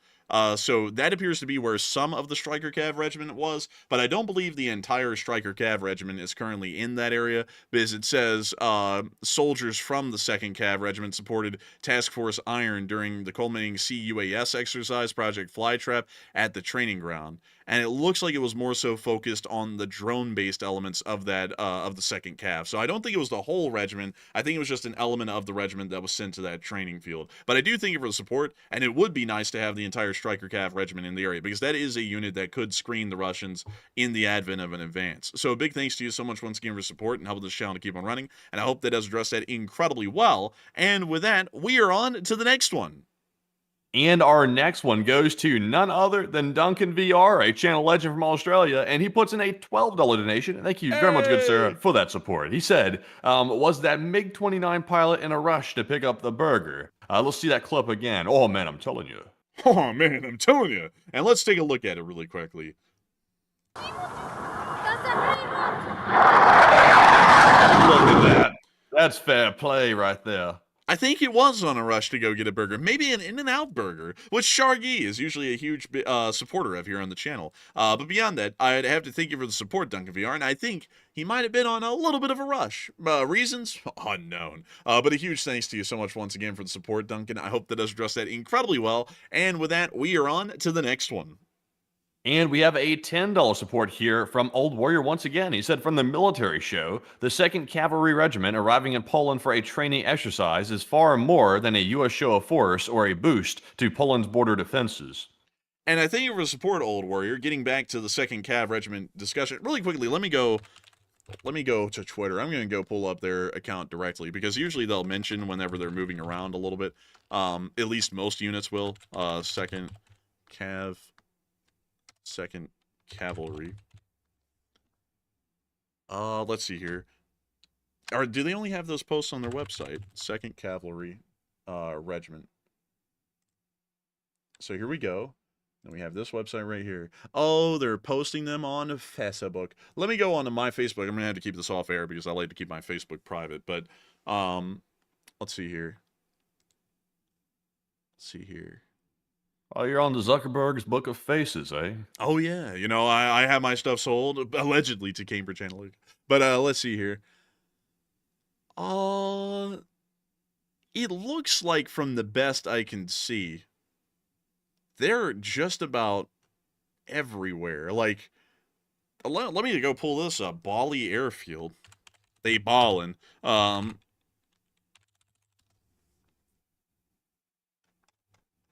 And this is down in Indonesia. So there are actually elements of the 2nd Cav Regiment right now, at least from their posts, that are all around the world. Some of them were at a training ground in Poland. Some of them were at the Bali Airfield in...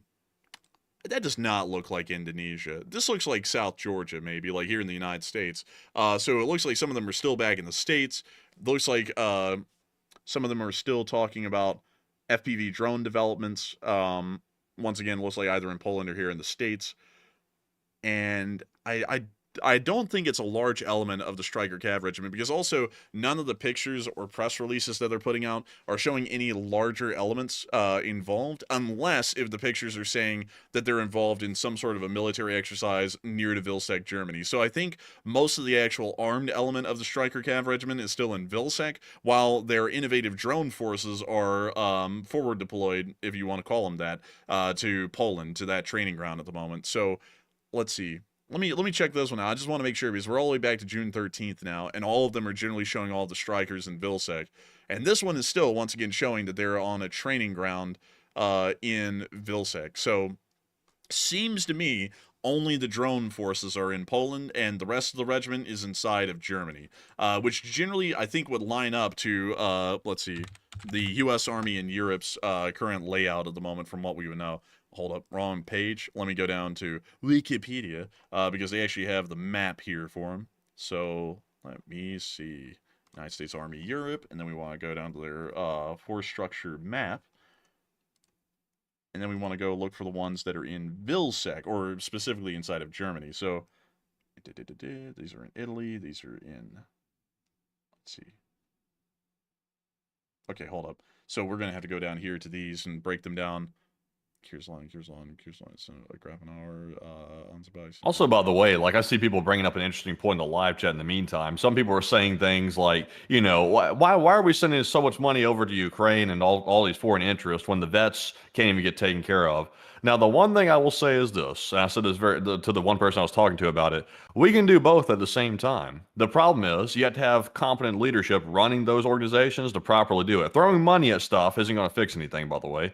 And also, I was asking the person that asked that question about, well, has the veteran support improved since, you know, you say it's improved or not? They say, yeah, it's improved, hopefully. Also, Old Warrior said, other than online issues moving the med to the Virginia main or the VA main page, service is still happening. So we can do both. I mean, it's proof. We can do both of them at the exact same time and be successful at it. And you don't necessarily have to just throw money at the wall and hope it sticks. You just have to have good leadership that knows how to use the money. And also, by the way, now that we have an answer, it does appear that the 2nd Cav Regiment, which is a Striker Regiment, is based out of the 5th Corps, headquartered out of Poznan, but specifically the 2nd Cav Regiment is based out of Vilsek in Germany, as its permanent basing. So, if any units are ahead, and it probably is the Field Artillery Squadron of the 2nd Cav Regiment that's operating the drones, or the Regimental Support Squadron, it's one of these auxiliary or supporting squadrons detached from the actual 1st to 4th squadrons in the headquarter unit that is most likely inside of Poland right now, from what I could tell. But I do thank you for the support and helping this channel to keep on running, and I hope that does address that quite well, at least the best I can with all of the due diligence and research I could do on air. And with that, we are on to the next one. And we have another super chat, this time from Vermilion, who puts in a $10 donation, and thank you very much, Vermilion, for that $10 support. They said, when is NATO going to stop sitting on their thumbs and actually do something about defending Ukraine other than sending weapons and ammunition and sick of posturing while Putin gets away with murder? Now, I will say this, Vermilion. I wouldn't personally say we should be going into Ukraine on the ground. Like, if that's what you're alluding to, I would say we should hold off on that because, you know, with obviously Russia making these very aggressive moves toward NATO, we need to make sure we're not getting bogged down too heavily in foreign wars, because while we do need to ensure that our allies' interests are protected, which means sending weapons, ammunition, etc., we don't want to get bogged down with our troops on the ground, because if all of a sudden Lithuania and a Baltic state is invaded, we don't want to have to be trying to pull troops out of Ukraine to go tend to that situation over in the Baltics, at least in my opinion. But Enforcer, what say you? I would generally have to say that I would not really be a big fan of getting directly involved in the Ukraine war, but I would be a big fan of implementing further secondary sanctions against the Russian Federation, and also putting a strong force forward in Eastern Europe to face down any potential Russian aggression against NATO while we continue to support Ukraine. I think that would be the most advantageous position that we could take at the moment without pretty much pushing forward the Third World War. So with that, I hope that does address it the best I can. A big thanks to you once again for the support and helping this channel to keep on running. And with that, we are on to the next one. And we have a $7 support from B. Woodward. And B. Woodward said, life is getting slurpy these days. I've never heard it described like that. He said, where is the queen? The Queen is unfortunately dead. Rest in peace. Died back actually in the middle of the start of our news coverage, I think in late 2022, if I remember right. And that seems like it wasn't too long ago. That was years ago at this point. That was about 3 years ago. But beyond that, I do thank you for support. And I'd have to say that I've never heard of anyone calling it Slurpee. I guess it's like a big gold thing from 7-Eleven. But beyond that, I do thank you massively for support and helping this channel to keep on running. I'd have to say things are getting pretty crazy these days. I'd have to agree. And so with that, a big thanks to you once again. I hope that does address that well. And with that, we are on to the next one. Also, by the way, I see some people talking about that topic a minute ago that was brought up by that one person in the chat. I see Destiny Edgerton said the veterans' health care is terrible. I'll be honest with y'all. It's not just the veterans' health care that's getting terrible. It's all health care that's getting terrible.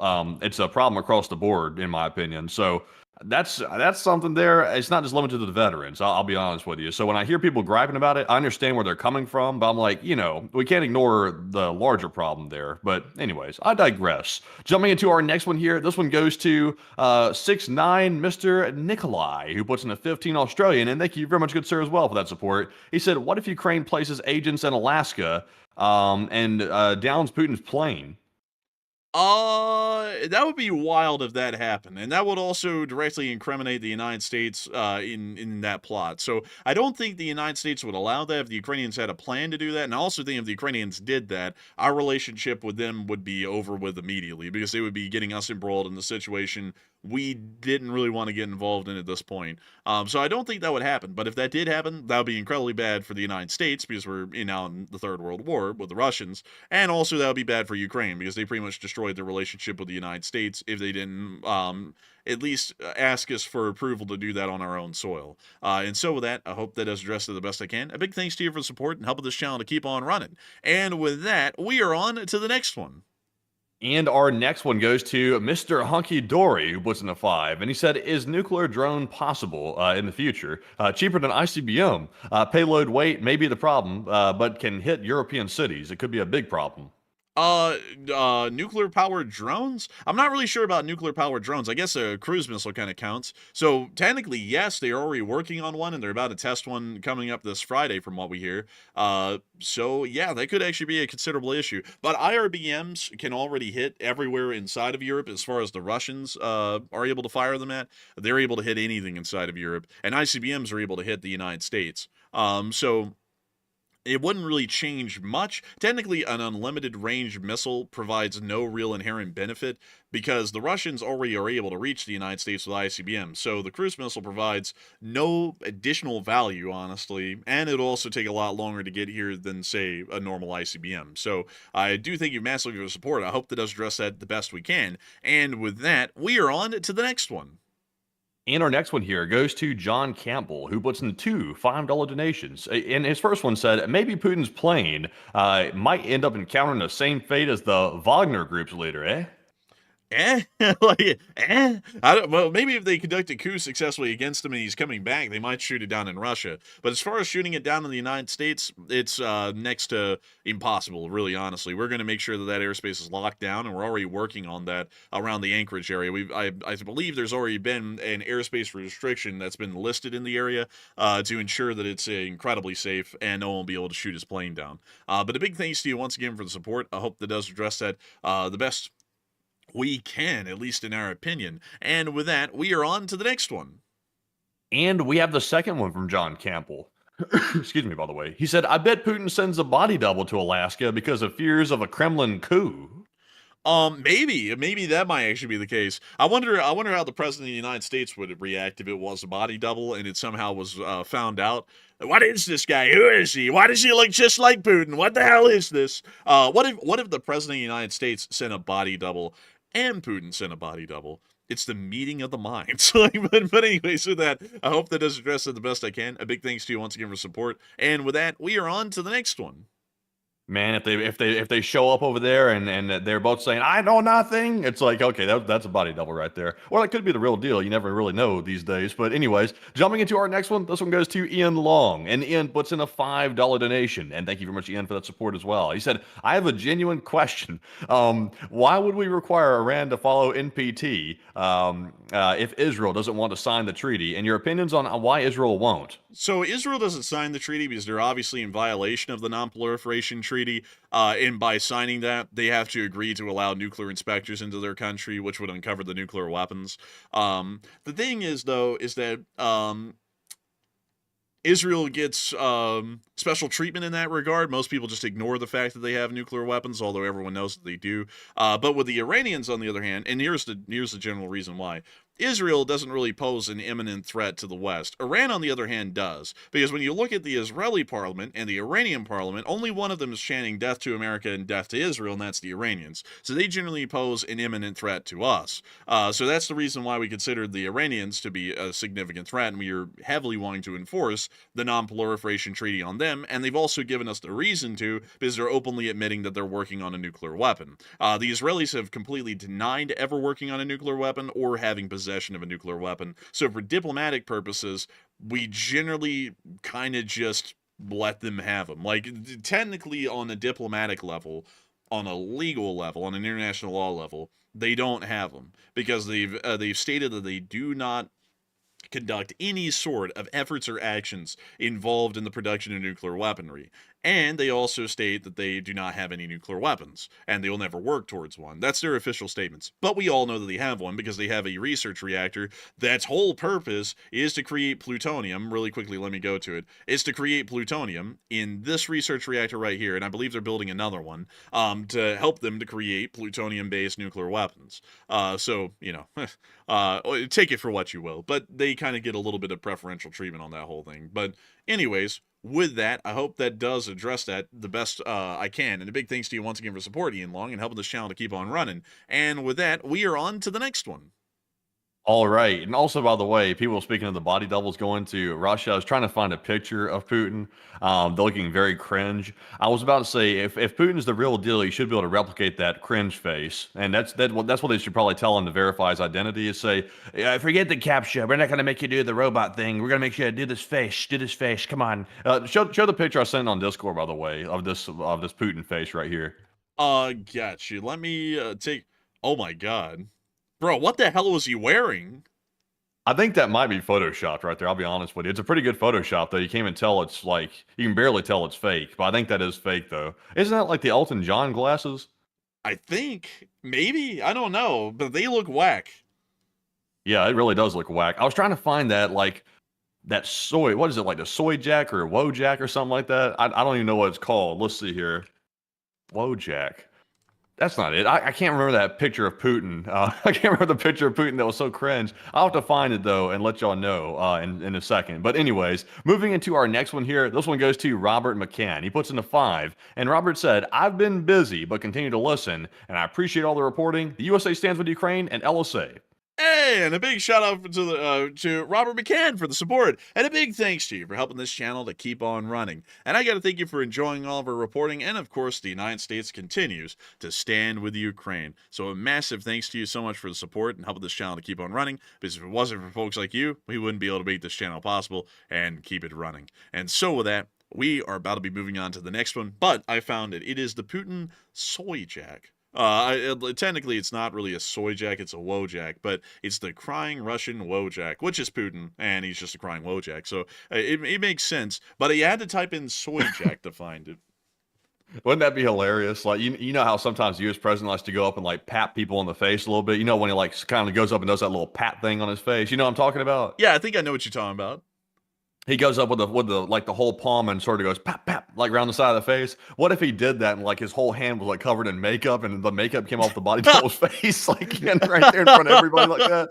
That would be the biggest like reveal of the century right there. Like I'm not ruling it out. I'll be honest with you. I'm not ruling it out. He could send the body double. Like it's possible, but the catch is the body double would have to sound like Putin.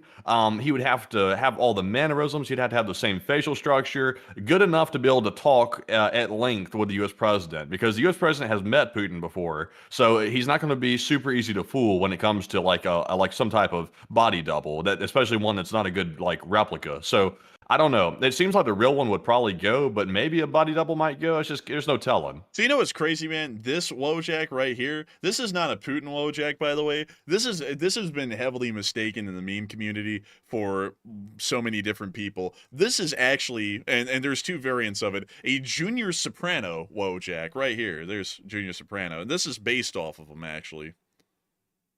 Really? Yeah, like there's another one, like there's actually a junior soprano Wojak. This one right here. Like this is the junior soprano Wojak. But there's also this one. This one is heavily based off of junior soprano. I actually, folks, I took a long study in the memology. This guarantee y'all, this is, I think, one of the evolutions or variants of the original junior soprano Wojak, and it turned into that. I don't know. Memology, you say? Yes. You're a true liberal arts student. Oh, absolutely, man. The college degree was worthless, but I learned a lot about memes. Like, and we're emphasizing all of that knowledge right here, right now. But beyond that, I hope that does address that somewhat well, at least to some meme knowledge for all of y'all to know. That's not a Putin Wojak right there, at least that particular picture. That was actually a junior soprano Wojak. Well, an evolution of it, a little bit of a difference. But beyond that, I hope that does address that somewhat well. And with that, we are on to the next one. All right, and our next one here is going to go to Christian Menard, and Christian puts in a $5 donation. And thank you very much, Christian, as well for that support, and we do appreciate that. We also have a 5 from Cole Linoscopi, and he said, I appreciate your insights and analysis, and keep with the good work, and LSA. Hey, and thank you so much for joining Insights and Analysis, Cole Linoscopi. Sorry, correction there. I'm sorry, I butchered your last name. But beyond that, thank you for enjoying our Insight and Analysis. We'd love to know that you're enjoying it and supporting this channel to help it to keep running. And so, of course, long live the Lee Spring Army, and a big thanks to you once again for watching. And with that, it is time for us to move on into the next one. And our next one here goes to Levi Stratton, who puts in a 5. And thank you very much, Levi, as well for that support. He said, what intel do we have on Putin's family? I'm just curious, and you guys rock. Now, we have intel about Putin's family. Putin keeps his family extremely private because he knows how big of a weak point that is when it comes to his personal security, because that's the exact same weak point that Putin used to bring Prigozhin to his knees back when he was trying to stop the Wagner coup back during those times. So he knows to keep that secret. But based on what we've heard from the inside, Putin's daughter hangs around the Kremlin quite a bit. I believe most of our insight, or at least a good portion of it, came from, I think it might have been Dennis Rodman, also went to Putin's place there in the Kremlin, and he mentioned Putin having mistresses in the Kremlin, like quite a few of them actually. Also, his daughter was there, and also some other individuals. I can't remember who else it was in there as well. But I think he likes to keep his family around quite a bit. But that's all I pretty much know. But Enforcer, what do you know? Wait, so you had multiple mistresses in the building at the same time with his daughter present? Yeah, because I can't remember. I think it was Dennis Rodman. I can't remember if it was him. I think I'm getting him mixed up maybe with a North Korean visit or something. I think it was Dennis, but if it was him or somebody else, one of those celebrities that went to visit Putin literally said that like 2 very attractive Russian females just happened to walk in the room when he was meeting with them. And shortly after that, Putin like sort of just like went off with one of them or something, if you know what I'm saying, like sort of just left the room or whatever. So he's apparently got mistresses hanging around the place and stuff like that. So, I mean, it's apparently wide open. Huh, that's wild. Like, I don't know how he explains that to his daughter. You'll see, it's just what they do. It's like, how the hell do you explain that? I wouldn't even know. But, man, I bet you the daughter's a real piece of work as well, if that's the case. Like, if that's, like, what she just sees on a daily. Oh, man. The moral compass on all those folks has got to be blasted at this point. They just do whatever. But It was Dennis Rodman that apparently said that, because I just pulled it up. I heard him say that in an interview that he did on DJ Vlad's channel, who Hot Dog Man's very familiar with. But the headline was, I can't remember the whole interview, but he said in the headline that he hung out with Putin in Russia and he had 13 models with him every day. So that gives you an idea of exactly what Putin's lifestyle kind of is like. It's very loose like that, because of course he's rich and he has no morals. So, you know, that's the way he works. I like how that's the guy who's supposedly protecting based values by some people. That doesn't really sound like based values to me. That just, like, to be honest with y'all folks, that kind of just sounds a little bit degenerate. Like, that just sounds degenerate. I Well, mean, like, that would be on brand. yeah, that'd be on brand. But it's kind of funny though, man, because Russian propaganda in America is like Russia and Putin are the protectors of real, like just to be honest with y'all, this is what they say: Russia is the protector of real Christian values. It's like, no, they're not. Like go look at their country. They are not. Like if there was anything ever like that is a good Christian value to have, the Russians don't have any of them. It's like making sure to be modest. Hell nah. Any Russian that has money, they bling out. Like it's guaranteed. Helping out the sick, the poor, the needy. Hell nah. They ain't helping them out. Like, they have a welfare state, and it's a pretty shitty one at that. Trying to improve the common, plot of the common, I guess you say, plight of man. No, hell nah. Nah, they ain't doing that. Many morals? Absolutely not. They have none. Like Russia is a morally bankrupt country as a whole. Like, if y'all ever hear any stories about how bad off Russia is, there's actually a statistic out there, because the Russians like to say that they generally are against a certain kind of a thing, but to put this out there, this is probably the most ironic thing about that. Russia has the highest, and I'm not even kidding, even by their own Ministry of Health, the highest HIV rates in the world, beyond any other country on the planet. Like, it's unreal. And it's like, if they're saying that they're supposed to be doing these certain things, A, B, and C, and this is what they agree with morally, and this is what they don't agree with morally, every statistic that they publish and everything about Russian life shows it's the complete opposite in reality than what they're trying to portray. And some Americans who are too uninformed to look into what Russia is generally think it's this amazing land, and then every single one of these goofballs that goes over there gets chewed up and spat out by the Russians, like they should be, and then they are like, oh, well, Russia isn't what I thought it was. It's like, hell no, it's not. The whole thing's an illusion. Like, they paint a whole fake picture of what they are to the United States, to goofy, gullible people in America, and they believe the stuff, and it's like, I don't even know why. Like, there's no reason to believe it. You can literally look at Google Street View and see that they're lying about what their country's like. We do it every day. But anyways, with that, I hope that does address that somewhat well. And with that, it's time for us to move on into the next one. And our next one goes to Jared Martin, and he puts in a 5. And Jared said, in Russian schools, they teach that Alaska was actually leased for 99 years, and we never gave it back. And I'm a U.S. citizen living in Russia. Oh, well, sir, you better leave Russia quickly. Get the hell out of there. You better get the hell out of there. Like, I'm dead serious about that. Like, you better get out of Russia as soon as you possibly can, because I don't know if I'd want to be there into the coming year or not. But, Enforcer, what say you? I would have to say that is crazy to hear. This ain't Hong Kong. Like, this ain't Hong Kong. There is no 99-year lease. We got that thing. We keeping it. And I think they're just, they're doing their stupid stuff as usual. Every country wants to, like, every country that's ever lost land, they always have this concept that they've got to get it back. Like, funnily enough, in Mexico, they have the concept of, I forgot what they call it in Spanish, but it's the concept of the lost territories. And they're like, one day we're going to get back Texas, New Mexico, Colorado, Utah, Arizona, Nevada, and California. Because at one time, they actually owned all of those. We took them from them. But this is what the borders of the first Mexican Empire were. And then, after this Mexican-American War, we took pretty much most of this from them in the Treaty of Guadalupe Hidalgo. And then later, we conducted the Gadsden Purchase. The Gadsden Purchase. Here we go, the Gadsden Purchase, which was this little sliver of Arizona and New Mexico. And that's something also, that's a little bit goofy to me, that a lot of people don't cover. Because some people be like, we stole the land from the Mexicans. It's like, okay, so that argument goes on forever, because then technically the Mexicans stole it from the Native Americans, and then certain Native Americans tribes stole their land from other tribes, because like any others, they were of course playing games of politics, intrigue, and diplomacy, and were taking land from each other, and the borders were changing, and so on and so forth. So it's like, that's an endless roundabout circle there. But beyond that, it's like they lost it in a war. They got beat pretty badly. And then secondly, some people want to go, we didn't take the land from them, we bought it from them. It's like, no, we bought that. We didn't buy all of that. Like, we just took it from them. But it's like, when you lost a war in that era, especially the way they lost that war, then it's pretty much for the taking. I mean, they're quite lucky, honestly, that the United States didn't end up turning Mexico as a whole into an overseas territory. So it could have been worse, at least from the Mexicans' perspective at the time.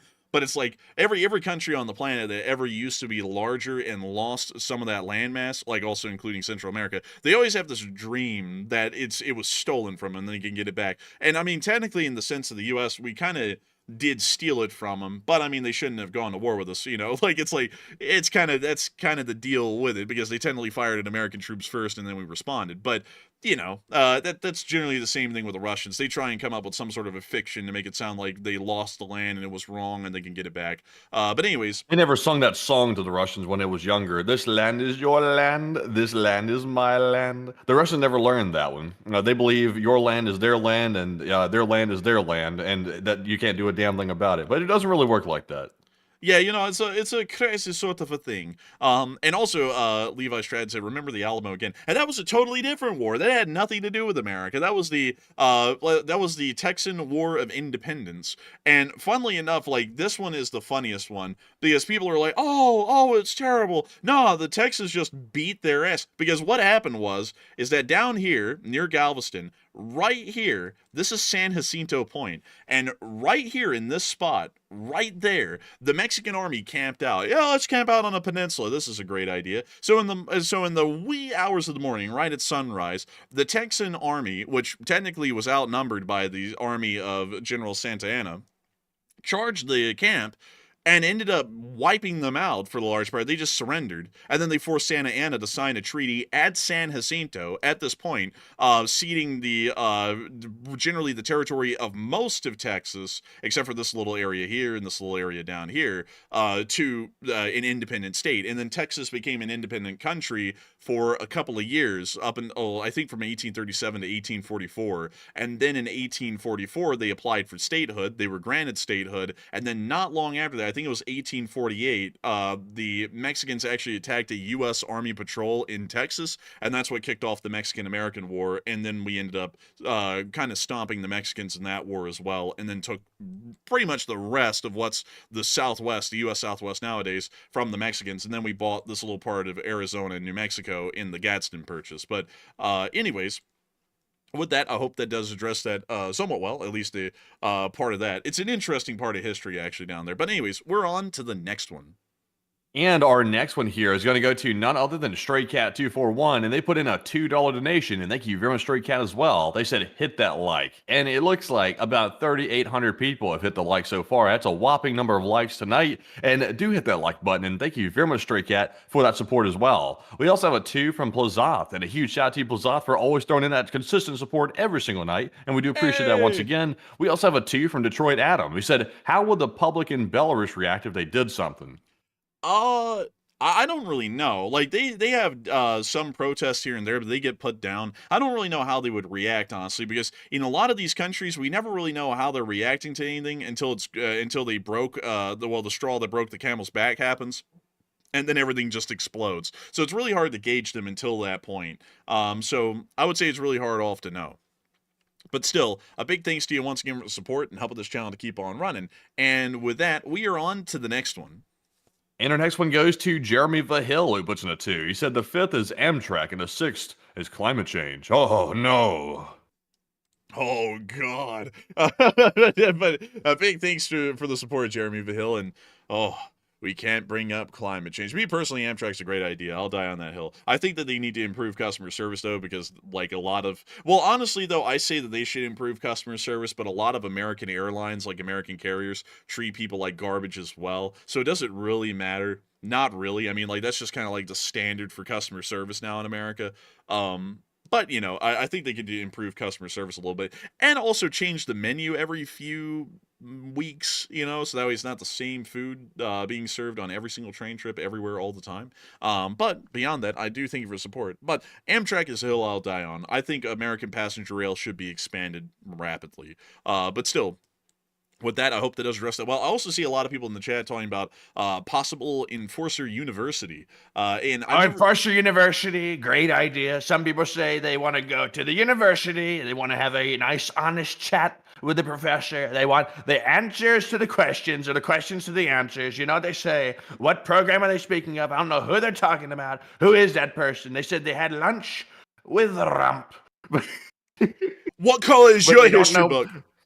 They don't know who they're talking about. Everybody likes to say it's a figure of speech. It's just a figure of speech. Everybody likes to say they have lunch with Enforcer, but really, they were nowhere near Enforcer. They didn't have any steak. They had no water. They had nothing. It was just a beautiful day, but no lunch. Oh, a beautiful lunch.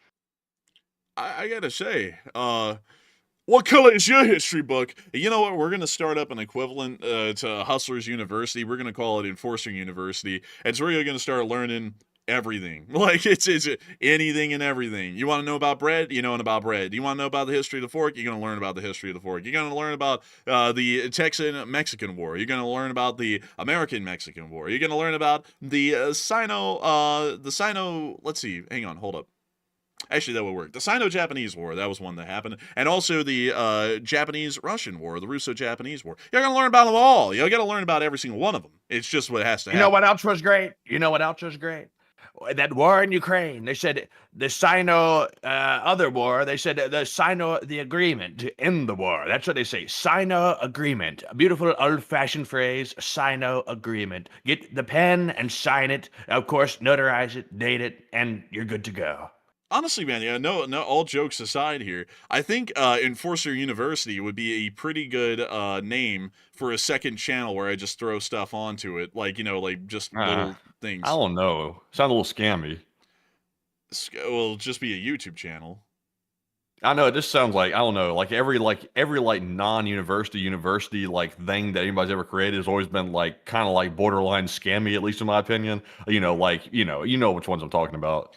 Well, we start changing the game, son, because a lot of enforcers used to go around collecting tabs up in the Bronx, and we're out here putting out world news, so we kind of changed what the enforcer meant. So why not change what the whole university thinks about as well? Why not? You know, I don't think that'd be that bad of an idea. But anyways, It could be like the 48 steps of Enforcer. You know, like the easy 48 steps. You know what? You know what we could do, folks? We could go with the typical YouTube University format, which is, you want to learn how to get rich quick? Give me $500 and I'll tell you. And then you give me $500 and I say, I get rich off suckers like you. And like, that's like the typical YouTube University format. Like, they don't teach you anything. Like, everyone, like, there's always been like loads of investigations into those kinds of like university style things, and most of them do end up, it's just like that. Like, there's no real lessons that you learn. There's nothing about it. Like, it's just an absolute waste of money. But in all honest seriousness, a second channel where I just went on to like make videos about historical topics or something like that, that would be pretty cool in my opinion. I think I'd have a lot of fun with that. I wouldn't be able to do it a lot though. That'd be like a once a month upload kind of a thing, but it would be cool. Anyways, with that, it is time for us to move on to the next one. And up next, a big shout out to Robert Krogan. He threw in a $1 donation, and thank you very much, Mr. Robert, for that support, and we do appreciate it very much. We also have a 2 from Kamura, who said, have you heard of the Smolensk air disaster? No. Smolensk air disaster. Is that an episode on air disasters? What's this? Is this the one where they flew upside down?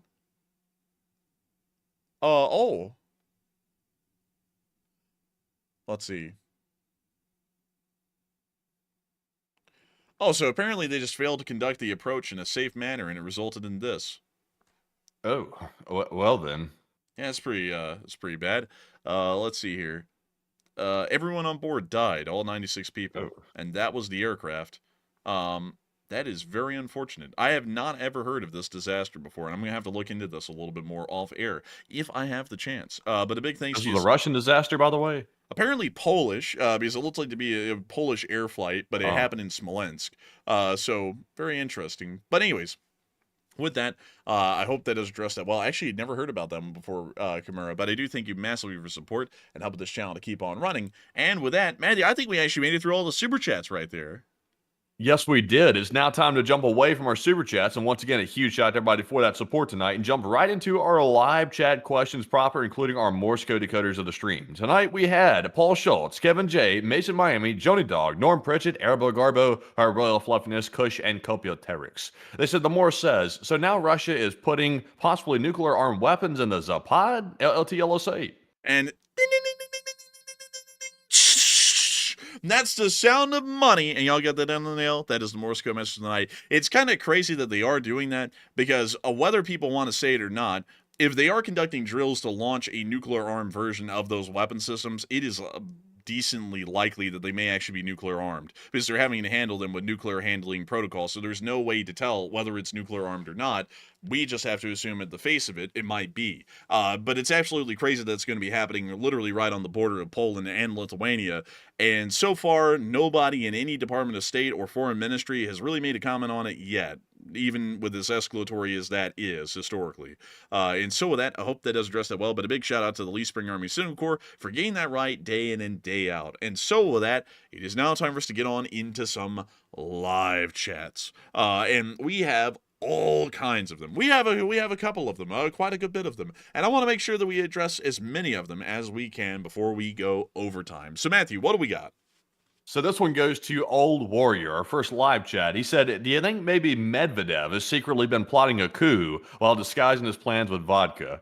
Oh, I assure you that vodka is not a disguise. I assure you that. Like, he's not disguising nothing with that. That might be a bit of a what they call it, a compulsion, as Barney Fife used to say. That's a compulsion right there. I'm not sure if he has a choice when it comes to the vodka. I think the vodka chose him. But I don't think Medvedev's in any shape to plot a coup. I think people know he's a lunatic. Even in Russia, they know he's a lunatic, and he's probably laughed at. It probably is my guess because he's such a nut. But Enforcer, what say you? I don't think he would be planning a coup. I honestly think he would be a target to be taken down if a coup was conducted, because he probably is more a Putin loyalist because that's the position he's been in for his entire career in Russia. So I would doubt it if he was planning a coup. It would be a surprise if he was. But with that, we are on to the next one. And this one goes to Joe Rutland. And he said, how will this all end in Russia? Will Ukraine be getting any help about the matter? Ukraine will most likely continue to get help from the Europeans, and the Europeans will also just buy and provide arms from the United States to Ukraine. And I also think that nothing's going to be coming out of Anchorage at this point. It seems fairly decently certain that could be the case, unless everything takes a 180 tomorrow. So with that, I hope that does address that the best I can, and we are on to the next one. And this one goes to Krill, one in Akrillian, who said, do you think that it's time to start arming the border of Poland and bordering NATO states? And do you think the peace talks should be called off? I would personally say that I think that the peace talks should be called off given the Zapad 2025 exercises, or we should demand for that exercise to be held off, and also the test of the Belarus to be held off as well until these peace talks conclude. One or the other needs to happen, because letting them do this while also conducting a peace talk with them makes it look like they're conducting this peace talk on their end from a position of strength, and not at all because they're at a disadvantage. And so with that, I hope that does address that the best I can, and we are on to the next one. And we have a question from Dalton Taylor. He said, do you guys think we'll see peace or war within a year? And thank you. At this point, given the current rate of how things are going, I honestly think that it's still moving towards war if nothing changes. We're going to be in a war somewhere in the world because there's just so many different conflicts that we can get involved in or will have to get involved in that are very close to starting. And so I would say that within a year, if nothing changes from what we're seeing right now, we probably will highly likely be in a war in the Middle East again. And beyond that, I can't really guarantee elsewhere. It kind of depends. But with that, we are on to the next one. And this one goes to Jonathan Bauer. He said, how is the Chosen Company holding out with the Russian attack in the last couple of days? The Chosen Company? Matthew, do you know what company he's talking about? That's the chosen one. I am the chosen one. Honestly, I don't know the exact units that specifically. Like, I keep up with them. I've heard of the Chosen Company, but I don't know exactly where their current positioning is. I know the unit that's responding to this Pokrovsk breakthrough, if you want to call it a breakthrough. It's not the Chosen Company, at least according to what I've heard. So I'm not really sure, to be honest. I would have to say that, unfortunately, I don't know exactly where they're at, so I would have to declare ignorance on that as well. And with that, we are on to the next one. And this one goes to none other than Eyüp Kaplan, who said, assuming NATO does decide to respond to the nuclear-capable weapons being moved to Belarus, what is the most likely response? Another strongly worded condemnation or something more? Most likely a strongly worded condemnation, because I don't really expect a lot of reaction from most Western powers. For some reason, the leadership is incredibly scared of getting involved in anything beyond condemnations, so I would assume that it would most likely be the case that that would be what happens. So with that, I hope that has addressed that the best I can, and with that, we are on to the next one. And this one goes to B. Woodward, who said, with Friday's meeting between the U.S. president and Putin, could there be a legitimate outcome from the meeting, in your opinion? I don't think so. I don't really think there could be, and also the Europeans and Ukraine would just outright refuse if the United States came to a unilateral agreement with the Russians without the Ukrainians present. And so I don't really think much can come out of this at all, to be entirely honest. And so with that, we are on to the next one. And this one goes to the Wanderer, who said, my gut is telling me something bad is coming soon. And what do you think? Coming bad soon? That's hard to say. Well, it really depends on how Friday goes, but soon is in a year, maybe. Soon is in the next few days, highly unlikely. But I do hope that does address that well, at least in my opinion, because maybe some bad's coming down the pipe. But I still think it's going to be a couple of months or maybe a year away from us from this point right now. And so with that, we are on to the third to last question of the night. And this one goes to Levi Stratton, who said, how do enforcement and enforcers take vacations? That's my live chat question. The honest truth is we don't really take vacations. The few times we've taken off the air is usually to tend to business. The first time we'd taken a vacation, like a legit vacation, was last year on an Amtrak trip up the West Coast. That was our actual vacation. That was like the first one we'd had in years, and many years actually. So we rarely ever take them. We will be taking some time off here coming up very soon to do one more scouting trip out to Salt Lake City, but that's for business. That's not for like taking it easy or something. We're going out there to lock down our housing situation and also office situation as well. So that's what that's going to be for. So honestly, vacation time, when you're running a YouTube channel, you don't have much time for it, especially when you do streams like we're doing and also keeping up with the news. Vacations are a luxury, which the news does not really afford. But Enforcer, what say you? I would have to say that generally we don't really take a lot of vacations. We've only taken one over 3.5 years, which was the Coast Starlight Amtrak trip from Los Angeles to Seattle, which was pretty fun. But that was really the only real vacation that we've ever had. Anything beyond that, it has been something that is related to business. And beyond that, though, generally do want to plan on having some days off where we just get to enjoy some free time. Because, to be entirely honest, we all love doing the job, but having no days off at any given time in the year, except for 1 day for Thanksgiving and 2 for Christmas, generally will end up wearing people down. And we also want to make sure that every once in a while we do have a little bit of a break. So eventually in the future, we are going to be trying to find ways to fit in some downtime for some real vacations rather than just work. Because while it's not a luxury that is afforded a whole lot, it's still one that I would like to see afforded a little bit. Because, sitting here on air every single day in perpetuity, considering that we're most likely going to be doing this for the rest of our lives as a full-blown career, and never having a vacation, I don't really want to spend all of my prime, sitting there not having a vacation, then end up in my 50s or 60s with plenty of free time and no youth to enjoy it. So that would be my kind of answer to that. So eventually we'll probably get around to having like vacations that are a little lengthy, but not incredibly long, like not weeks long. It would most likely be like several days, and then we'd be back on air. But with that, I hope honestly, for me personally, I'm just a workaholic. Me personally, like to me, like I also like taking breaks, like occasionally, like I do get burned out like anybody else. But at the same time, though, I find more like I guess you could say fulfillment, maybe is the right word, or enjoyment. Doing these streams, making the videos, and doing things like that on a normal basis. I actually get a slightly off kilter taking vacations, which is kind of weird because usually it's the opposite for people. Usually everybody's like, oh man, I can't wait to just get off work and go, sit on a beach somewhere and not worry about anything. To me, that causes the opposite effect. Usually it's like more stress when I go on vacation because I think, oh God, like what am I missing? I'm missing the news or something big breaking out. I need to be making Twitter posts or something. Like I just can't really like shut off like the workaholic side. I really can't do it, which works out good when you're trying to run a business. It's really helpful. So it's not really a thing for me. I like to work anyway, but that's just me personally. And so with that, we are on to the second and last question of the night. And this one goes to Adeptus, who said, how does a nuclear-powered missile even work? Wouldn't its exhaust be radioactive? That's the exact question I had earlier, too. It seems like that would be the thing. Yeah, we actually went into a really in-depth explanation about it earlier, but apparently it will work similar to that of a turbojet, with the combustion chambers heating the air to generate propulsion at the rear of the jet, but instead of it being heated by normal aviation-grade jet fuel being atomized and then ignited inside the combustion chamber, it's apparently some sort of a heat provided by a nuclear reactor, which wraps around the whole of the jet turbine and operates exactly like the combustion combustion chambers would. That's apparently how it operates. Some people have said that it's actually closed and it only provides thermal energy and no radioactivity, but generally the US theories or designs for that back in the day actually did produce some trace radioactivity as exhaust. So I would say that there's a chance that it actually may produce some trace radioactivity, because if you're going to use that for nuclear destruction of another country, and you're most likely going to be destroyed in the process, would they really care if it was leaving behind a trail of radioactive debris? Not really, most likely. So it probably does, and also knowing the Russians, it probably leaves behind a trail of debris just because they're Russian. So I hope that does address it the best I can. And we actually have one last super chat here before we get to the final question of the night. So Matthew, what do we got? All right, so this one goes to Just Some Space Cowboy, and he throws in a $20 donation, and thank you very much, good sir, for that last-minute support right there. He said, I don't know if you can find the tweet, but the Mexican president did say she wanted Mexican citizens to move into the United States in their lost territories to cause demographic shift and lead to secession.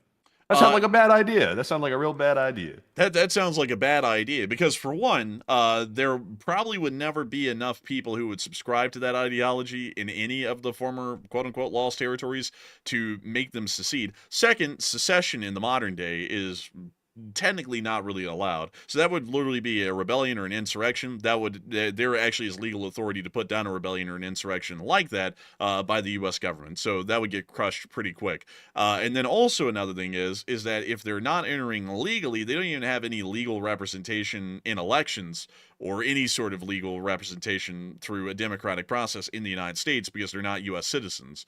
So then that also reaches a roadblock there. Generally wouldn't work. And also, that's just a harebrained idea. I mean, it's nothing like, oh my God, this is a conspiracy by the Mexicans. Nah, it's just some harebrained idea. I mean, people put out harebrained ideas in the Congress all the time, like, let's put giant cans on the back of cows so that when they fart, we catch the methane. That sort of crazy stuff. Or, doesn't a submarine have to come up to breathe every once in a while? Goofy stuff like that. Stuff like that's put out all the time. That just sounds like one of those things. Neurotic leaders coming up with neurotic ideas. Just the best way to explain it, at least in my opinion. But I do thank you for the support and sharing that, and that's interesting to hear if that is true, because I see some people saying it's true and some people are saying it's fake. So if it's true, that's interesting to hear, and if it's fake, well, it doesn't really mean much anyways. But beyond that, I do thank you for the $2 super chat from Izzy Ortiz, who said, what Western power is most likely to get involved? If we're talking about Europe, most likely Poland, guaranteed. If anyone else was going to get involved, it will be the Polish. If we're talking about the Middle East, Israel's definitely getting involved in everything. And if we're talking about the Indian subcontinent, everyone's getting involved. And then if we're talking about East Asia, the Chinese are going to be involved with someone else. And if we're talking about a Western power, it most likely would be the Taiwanese or the South Koreans. So I hope that answers it on a region-to-region basis. And a big thanks to you for the support, Izzy Ortiz. And so with that, it is time for us to move on to the final question of the night. So who is like the last person to throw in the lucky last question of the night? And that viewer is AF Kaplan. He said, I admire Azerbaijan standing up to Russia, but if push comes to shove, how much of a fight could Azerbaijan really even put up? Let me check really quickly the Azerbaijani armed forces. Because, I mean, they really put a beating down on the Armenians, technically, every single time they've gone to war with them. Wow, they have 128,000 active personnel. That's actually quite a large armed force right there. That's, I believe, bigger than the British armed forces, technically. Let me check. British armed forces. And the British armed forces is 136,000 strong, so they're actually about the same size. So, with that in mind, they actually could end up doing a little bit of a doozy, especially if they have decent equipment. What is their order of battle? Oh, this is their... Oh my God. Dude, they have, like... What would you like? Nothing but motor rifle brigades. And the Lord answered and gave them nothing but motor rifle brigades. They have nothing else. Like, literally, they have one artillery brigade, an MLRS brigade, and an anti-tank regiment. But they were absolutely whipping on the Armenians. Like they were going off. So, what in the world do they... I would have to look into them a little bit more. I would have to say that they might be able to hold their own, especially with how they fought against the Armenians. They should be able to do quite well. And also, the Russians can only put so much manpower against a front that would be this small, because it would only be along the Azerbaijani border. And the mountains also cut down on a lot of the actual fighting territory. So it would really just be the small little stretch of land down here that they'd actually be fighting on heavily and make quick ground on. And even still, you have to make it through this mountain range, which also cuts it down even farther. So Azerbaijan actually would be able to hold its own defensively and maybe even conduct a limited counteroffensive to push the Russians back out. So I think they ought to be able to hold well, at least from what I could tell. But with that, I hope that does address that the best I can, at least in my opinion, and we have reached the end of tonight's stream. I've got to thank you all so much once again for watching. We had a peak viewership tonight of 13.3 thousand people, and I've got to thank everyone for continuing to watch the Enforcer channel, because 100,000 people have watched this channel in total tonight, literally exactly 100,000 before we're about to get off air, because y'all continue to make sure that the Enforcer channel remains well near to the top 50 or the top 30 nightly for YouTube streams in the United States every single night. We're entirely honored and appreciative to know that that is always the case, and we thank all of y'all so much for taking your time and your viewership to come here and listen to the news every single night. And so with that, we will see you all tomorrow at 10 p.m. Eastern Time to cover the next 24 hours of news from around the world. And if there is enough news to make for a short war summary, I will be the one guiding y'all through it. And so with that, we will see you all then. Good night, good luck, take care, stay safe, Slava Ukraini, long live the LSA, and long live the Republic. And with that, folks, thank you all once again for joining us yet again tonight on this another day of War News Streams, and a huge shout out to the 100,000 plus people that joined us by the very end of it, and we appreciate every single one of you. And we'll see you all tomorrow night at 10 p.m. Eastern on the next stream, and also tomorrow on the video that the Enforcer will be making if there is enough news to cover. But for now, of course, Slava Ukraine, here on Slava, get some rest, and good night.